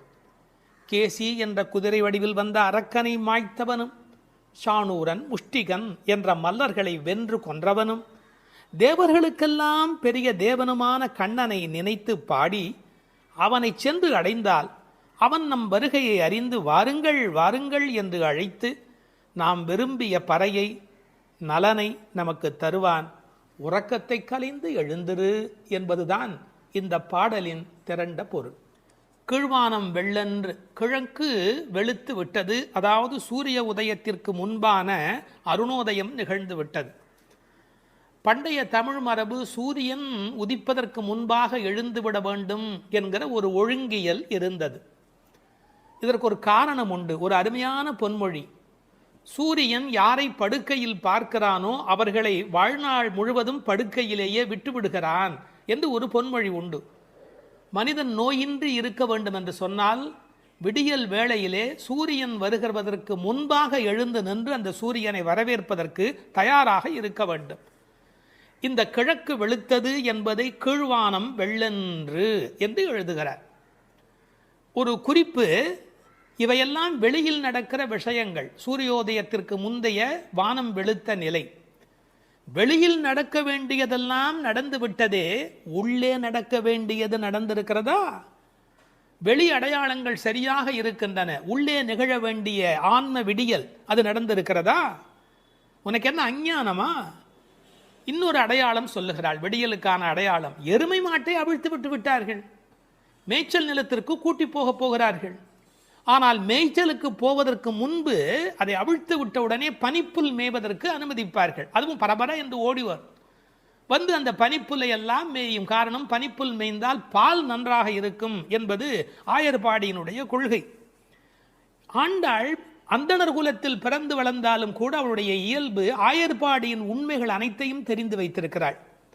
எருமை சிறுவீடு மேய்வான், சிறுவீடு சின்னதாக விட்டிருக்கிறார்கள், முழுசா விட்டுடலை. அது கொஞ்சம் அப்படி பக்கத்தில் போய் அந்த அவிழ்த்து விட்ட உடனே வந்து வெளியில் இருக்கிற அந்த பனிப்புல்லை மேய தொடங்குகிறது. அறிந்தோ அறியாமையிலேயோ எருமை என்ற வார்த்தையை பயன்படுத்துவதிலே ஒரு கிண்டல் இருக்கிறது. ஏன்னா யாராவது அதிக நேரம் தூங்கி கொண்டிருந்தா என்னடா அப்படி எருமை போல தூங்குறியே என்று ஏசுவார்கள். எருமையே எழுந்து விட்டதே, நீ இன்னும் எழுந்திருக்கவில்லையா? அதில் ஒரு கேலி இருக்கிறது, ஒரு கிண்டல் இருக்கிறது. எருமை சிறுவீடு மேய்வான் பரந்தனகான், ஓடுது, அது பாட்டுக்கு அது போய் திங்கிறதுக்காக அது பறந்து புறப்பட்டது. மிக்குள்ள பிள்ளைகளும், அதாவது 5 லட்சம் குடியில் இருக்கிற அத்தனை பெண்களும் ஒருத்தருக்கொத்தர் உறவு. அவர்கள் எல்லாருக்கும் நோன்பு நோக்க வேண்டும், கண்ணபெருமானை காண வேண்டும், அவன் தரிசனத்தை சென்று அனுபவிக்க வேண்டும், அவனோடு கலவி பரிமாற வேண்டும் என்ற எண்ணத்தினாலே போக வேண்டும் என்று எல்லோரும் தவிக்கிறார்கள். இறைவனை சென்று சேர வேண்டும் என்று இந்த சபரிமலைக்கு போகிற சில அன்பர்கள் ஒரு வேகத்தோடு புறப்படுவார்கள். அது மாதிரி போவான் போகின்றாரே, அப்படி எல்லாம் வேக வேகமாக எல்லோரும் புறப்படுகிறார்கள். இது ரொம்ப முக்கியமான ஒரு இடம். இன்றைக்கு சிலருடைய மனதிலே கோவிலுக்கு போவது என்பது ஒரு டூரிசம் ஸ்பாட் விசிட் என்பது போல மாறி இருக்கிறது. இல்லை இல்லை இல்லை, அது திருத்தல யாத்திரை. திருத்தல யாத்திரைக்கும் டூரிசம் டெவலப்மெண்ட்டுக்கும் இடையில் பெரிய வித்தியாசம் இருக்கிறது என்பதை ஒவ்வொரு ஆன்மாவும் விளங்கிக் கொள்ள வேண்டும். மனதுக்கு மகிழ்ச்சி தருவது டூரிசம், ஆன்மாவுக்கு அமைதி தருவது தல யாத்திரை. அப்படி போவான் போகின்றார், எல்லாம் புறப்பட்டு விட்டார்கள். நாங்கள் என்ன பண்ணி வைத்திருக்கிறோம்? நிறுத்தி வைத்திருக்கிறோம். போகாமல் காத்து உன்னை கூவுவான் வந்து நின்றோம். பொதுவாக அப்படி புறப்பட்டு விட்டவர்களை தடுக்கக்கூடாது. ஆனால் எங்கள் மனம் வேதனைப்படுகிறது. உன்னை விட்டுவிட்டு எப்படி அம்மா நாங்கள் போக முடியும்? பிரார்த்தனை கூட்டத்தால் நிறைவு பெறுகிறது, ஆனால் தியாகம் தனிமையால் அழகு பெறுகிறது. தியாகம் தான் ரொம்ப முக்கியம். பிரார்த்தனையை விட நிறைய பிரார்த்தனைகள் இருக்கட்டும், அதை விட தியாகம் அதை விட முக்கியம். நாங்கள் எல்லாரும் புறப்பட்டு விட்டார்கள், அவளை தடுத்து நிறுத்தி வைத்திருக்கிறேன், ஒன்று அழைத்து கொண்டு போக வேண்டும் என்று. ஒருவரை விட்டு விட்டு போனாலும் மனம் நிம்மதி அடையுமா? நாம் சாப்பிடுகிறோம், நமக்கு வேண்டிய ஒரு அன்பர், ஐயோ ஒரு வரலையே ஒரு வரலையே ஒரு வரலையே என்று தவிப்போம் இல்லையா? அதுபோல் கண்ணனை அனுபவிக்கின்ற அனுபவத்திலே ஒருத்தி விட்டு போனாலும் அவர்கள் மனது வேதனைப்படுகிறது. அதனால் போகின்றாரே போகாமல் காத்து உன்னை கூவுவான் வந்து, உன்னை கூப்பிடுவதற்காக வந்து நிற்கிறோம். ஒரு அழகான வார்த்தை நான் படித்தது, காத்திருப்பதற்கு அதிக பொறுப்பு வேண்டும். இந்த உலகத்தில் ஒரு விஷயத்துக்கு காத்திருப்பது என்பதற்கு கூடுதலான பொறுப்பு வேண்டும். கல்யாண பந்தியிலேயே பல பேர் பரபரக்கிறார்கள், கூப்பிடாமலேயே சாப்பிட ஓடுகிறார்கள்.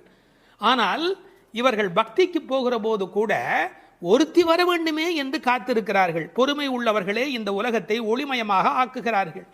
யான் பெற்ற இன்பம் பெருக இவ்வையகம் என்று எண்ண வேண்டும் அல்லவா? இன்னும் ஒரு வார்த்தை சேர்த்தே சொல்லுகிறேன், பொறுமை கூட ஒரு வழிபாடுதான். பொறுமை கூட ஒரு உயர்ந்த வழிபாடுதான். வழிபாட்டின் ஓர் அங்கம் அல்ல பொறுமை என்பது, வழிபாட்டின் ஓர் அங்கம் அல்ல, பொறுமையே ஒரு பெரிய வழிபாடு. கடைசி மாணவனுக்கும் பாடம் சொல்லிக் கொடுக்கிறவரே நல்லாசிரியர். அதுபோல் உன்னை விட்டு விட்டு போக எங்களுக்கு மரம் வரவில்லையடி அம்மா, அதனால் உனக்காக காத்திருக்கிறோம். ஏனென்றால் நீ வந்தால் அந்த இடம் கலகலப்பாக இருக்கும். கோதூகலமுடைய பாவாய் எழுந்திராய். சாதாரணமாகவே இளம்பெண்கள் எப்போவுமே சிரித்தபடி இருப்பார்கள். அவர்கள் இருக்கிற இடத்துல சத்தம் ஜாஸ்தியாக இருக்கும். விஞ்ஞானத்திலேயே ஆண் மூளை பெண் மூளையை பற்றி பிரித்து வைத்து சொல்கிறார்கள். ஆணினுடைய மூளையிலே பேசுவதற்கான பேச்சு மையம் என்பது மிக குறைவு. ஆனால் பெண்ணினுடைய மூளை அமைப்பிலே பேசுவதற்கான மையம் என்கிற அந்த தன்மை கூடுதல். மொழி வளம் என்பது ஒரு பெண்ணுக்கு எளிமையாக வரும். மொழி வளம் என்பது ஆண் பருவமடைய அவனுடைய பேச்சிலே அது வராது. கோதூகலமுடைய பாவாய், எப்போதும் உற்சாகமாக இருக்கிறவள். பாடிப்பறை கொண்டு, என்ன பொருள்? நாம் போய் பாடினால் அவன் பறை நமக்கு தருவான். இதற்கு வெளிப்படையான பொருள் நோன்புக்குரிய அந்த மண்ணினால் செய்யப்பட்ட தோல் கருவியாகிய பறை. ஆனால் ஆழத்தில் பார்த்தால் ஒவ்வொரு உயிரும் இந்த உலகத்தில் பெற வேண்டியது முக்தி. அந்த முக்தியை தரக்கூடிய பரம்பொருள் பரமாத்மா அவன். அதனால் அவனை பாடுவதால் நாம் பறை கொள்ளலாம். மாவாய் பிளந்தானே, குதிரை வடிவத்திலே ஒரு அரக்கன் வருகிறான். அவனுடைய வாய் பிளந்து அவனை கண்ணபெருமான் கொல்லுகிறான். மா விலங்கு, வாய் பிளந்தானே. திருக்குறளில் கூட ஒரு குறள் வரும், மயிர் நீப்பின் வாழா கவரி மா அன்னார். அதை கவரி மான்னு படிப்பார்கள். இல்லை இல்லை, மானா விலங்கு, பனிமலையில் இருக்கிற விலங்கு. அது ஒரு வகையான குதிரை, யாக். அது என்னன்னு கேட்டால், அதுக்கு மேலே இருக்கிற அந்த தோல் ரோமம் நீங்கி விட்டதுன்னு வச்சுங்க, அந்த குடில் அதால் வாழ முடியாது. மா என்பது ஒரு வகையான விலங்கு. மா வாய் பிளந்தானே மல்லரை மாட்டிய தேவாதி தேவனை. கண்ணனுடைய வாழ்க்கை முழுக்க பார்த்தா அசுரர்கள் வந்து கொண்டே இருக்கிறார்கள், மோதி மோதி சாகிறார்கள். முஷ்டிகன், சாணூரன், இந்த கண்ணபெருமானுடைய கதைகளையெல்லாம் இங்கே சொல்லுகிறாள். பக்தி உலகத்தினுடைய சிறப்பே தான் எதை விரும்புகிறோமோ அந்த பரமாத்மாவின் வரலாறுகளை பரிமாறி கொள்ளுதல். மல்லரை மாட்டிய தேவாதி தேவனை சென்று நாம் சேவித்தால், கடவுள் நம்மிடத்துல வருவதற்கு தயாராக தான் இருக்கிறார். ஆனால் நாம் அதுக்கு முன்னாடி நாம் அங்கே போய் நிற்கணும். நம்மளை பார்ப்பதற்கு அவர் தயாராக இருக்கிறார். நீ 4 அடி எடுத்து வைத்தால் 40 அடி எடுத்து வைப்பதற்கு, 4000 அடி எடுத்து வைப்பதற்கு கடவுள் தயாராகவே இருக்கிறார். உண்மை அது. ஆனாலும் ஒரு மரியாதை கருதி நாம் சென்று சேவிக்க வேண்டும். சென்று நாம் சேவித்தால் வா என்று ஆராய்ந்து அவர் நம்மளை வரவேற்பதற்கு தயாராக இருக்கிறார். அதில் அந்த அழகு பாருங்க, மாவாய் பிளந்தானே என்பதற்கு எதுகையா ஆவா என்று. அதாவது நீ வந்துட்டியா, வா வா என்று ஆராய்ந்து அருளேலோர் எம்பாவாய். மகிழ்ச்சியுடைய ஒரு பெண், அவளும் சேர்ந்து சென்றால் மட்டுமே இறை அனுபவம் என்பது பூரணமாகிறது. ஒருவரை கூட விட்டுவிடக்கூடாது என்று ஒரு உண்மையை புரிந்து கொள்ளவான். இந்த காலத்தில் தான் கோயிலில் ஒன்றை பார்க்க விட மாட்டேன், என்ன பார்க்க விட மாட்டேன், நான் ஒன்றை மறைப்பேன், நான் பெரிய விஐபி, இப்படி பலவிதமான மனோபாவங்களில் சுவாமி தரிசனம் மாறி போய் விட்டது. ஆனால் உண்மையான பக்திக்கு அடையாளம் வா நீ வந்து பார், வா நீ வந்து பார். ஆக எல்லோரும் வர வேண்டும் என்ற அந்த தவிப்பு இந்த பாசுரத்தின் மூலம் நமக்கு கிடைக்கிறது. 9வது பாடல். தூமணி மாடத்து சுற்றும் விளக்கெரிய தூபம் கமழ துயிலணை மேல் கண் வளரும் மாமன் மகளே, மணிக்கதவும் தாழ்த்திரவாய் மாமீர் அவளை எழுப்பீரோ, உன்மகள்தான் ஊமையோ அன்றிச் செவிடோ அனந்தலோ, ஏமப் பெருந்துயில் மந்திரப்பட்டாளோ, மாமாயன் மாதவன் வைகுந்தன் என்றென்று நாமும் பலவும் நவின்றேலோர் எம்பாவாய்.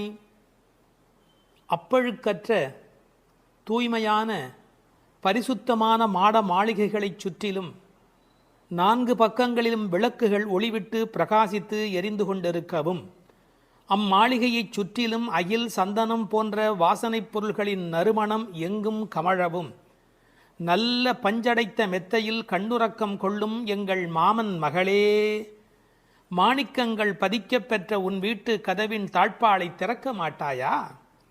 திறந்து விரைவில் வந்து எங்களுடன் சேர்ந்து கொள்ள மாட்டாயா? மாமிகளே, நீங்களாவது அவளை எழுப்பிவிட மாட்டீர்களா? விடிந்து எவ்வளவு நேரமாகிவிட்டது, நாங்கள் இவ்வளவு நேரம் அவளை அழைத்து கொண்டிருக்கிறோமே, அவளுக்கு என்ன ஆயிற்று?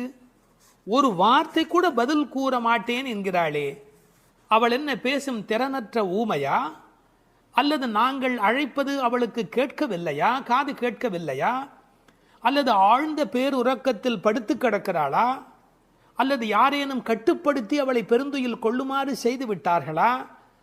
அல்லது ஏதேனும் மந்திரம் மாயம் செய்திருக்கிறார்களா?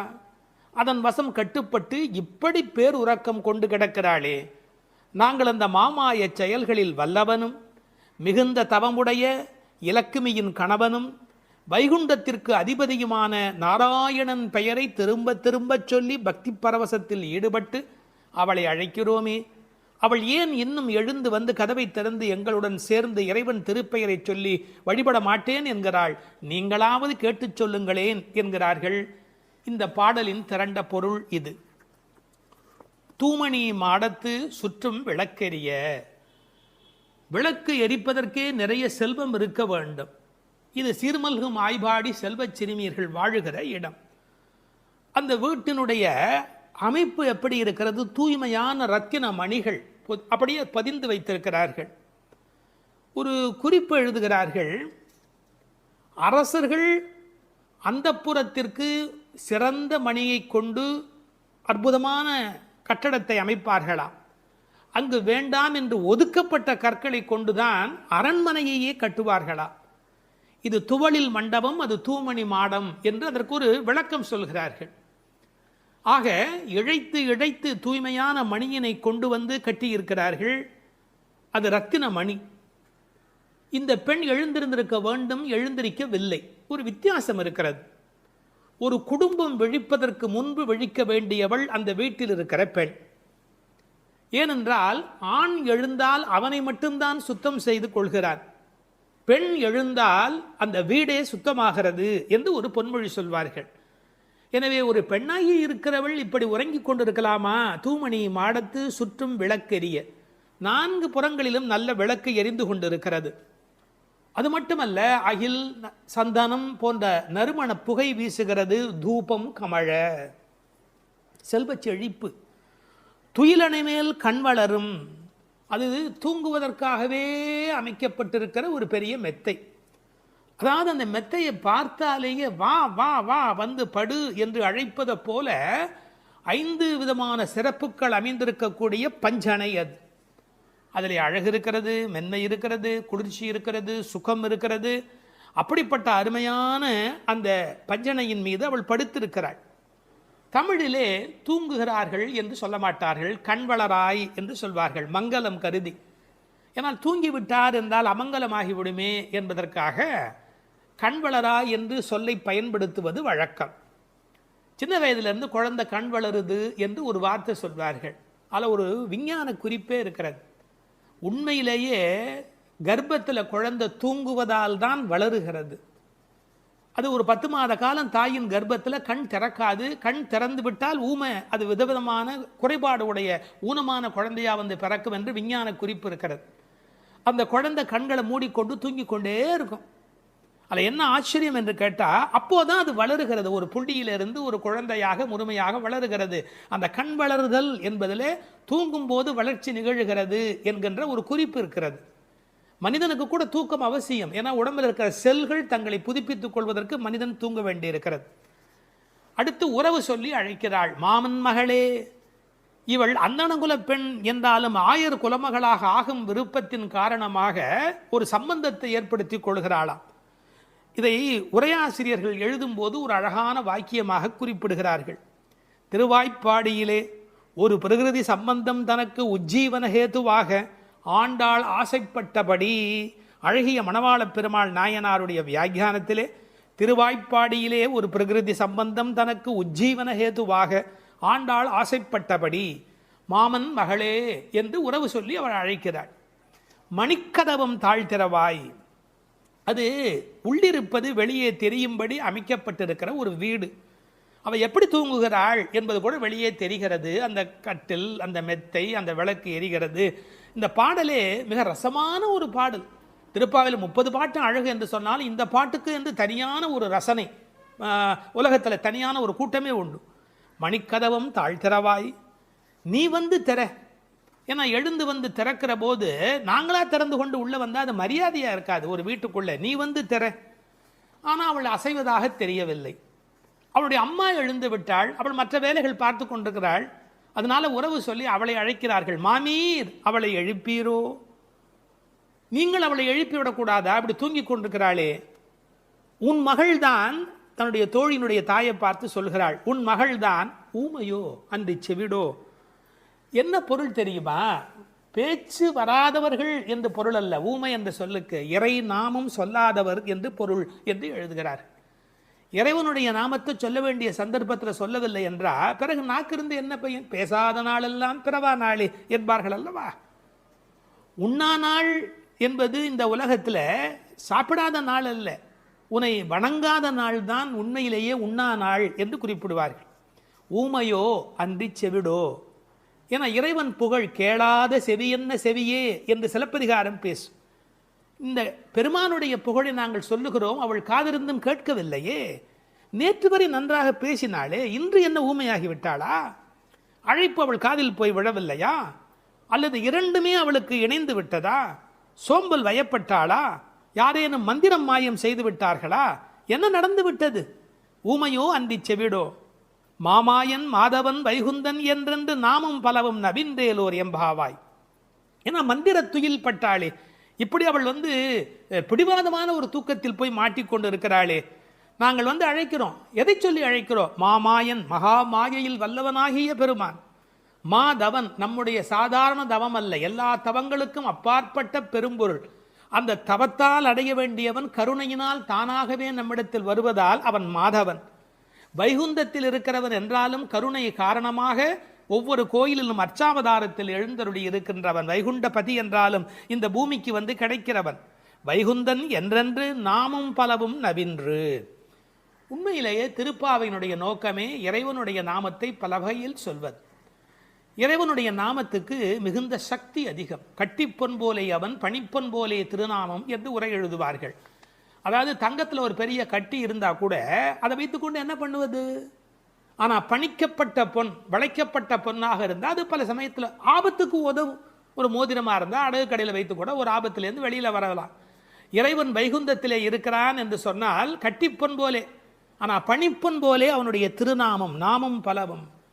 இன்னும் கூட நிறைய விளக்கங்கள் சொல்வார்கள். இறைவனுடைய நாமம் இறைவனை விட செல்வாக்கு உடையது என்று. ஒரு வங்கிக்கு போகிறோம், செக்கில் கையெழுத்து போட்டு கொடுத்தா நம்ம கையெழுத்துக்கு தான் அதிக பலம் இருக்குமே ஒழிய நாமே போய் நின்று கொண்டு பணம் கொடுன்னு கேட்டால் கூட கொடுக்கறதுக்கு யோசிப்பா. எப்படி கொடுப்பார்கள்? கையெழுத்துக்கு அவ்வளோ பெரிய சக்தி இருக்கிறது. அதுபோல் நாமும் இறைவனை காட்டிலும் வலிமை உடையது என்று ஒரு குறிப்பு சொல்வார்கள். ஒரு சின்ன வரலாறு. காஞ்சி மகா சுவாமிகள் உடல்நலக் குறைவு மாதிரி ஜுரத்தில் இருக்கிறார்கள். மருத்துவர் வர சொன்னார்கள். அவர் உடனே மருந்தெல்லாம் கொடுக்க வேண்டி இருக்குமோ என்ற எண்ணத்தில் அவர் வந்தார். உன்னை யார் இப்படியெல்லாம் வர சொன்னா? நீ உட்கார், நான் இப்போ என்னுடைய டெம்பரேச்சர் எடுத்துக்கோ, விஷ்ணு சஹஸ்ரநாமம் சொல்ல போகிறேன், சொல்லி முடிச்சதுக்கப்புறம் டெம்பரேச்சர் எப்படி இருக்கு பார் அப்படின்னு சொல்லிட்டு விஷ்ணு சஹஸ்ரநாமம் சொல்லுவதற்கு முன்பு ஜுரம் இருந்தது. சொல்லி முடித்த பிறகு ஜுரம் இல்லவே இல்லை. உன்னை எதுக்கு தெரியுமா கூப்பிட்டேன், மருந்து கொடுத்து தான் இதை காப்பாற்றணுங்கிறது இல்லை, விஷ்ணு சஹஸ்ரநாமம் சொன்னாலேயே ஜுரம் போயிடும்னு தெரிஞ்சுக்கோ என்று ஒரு செய்தி சொன்னதாக ஒரு வரலாறு உண்டு.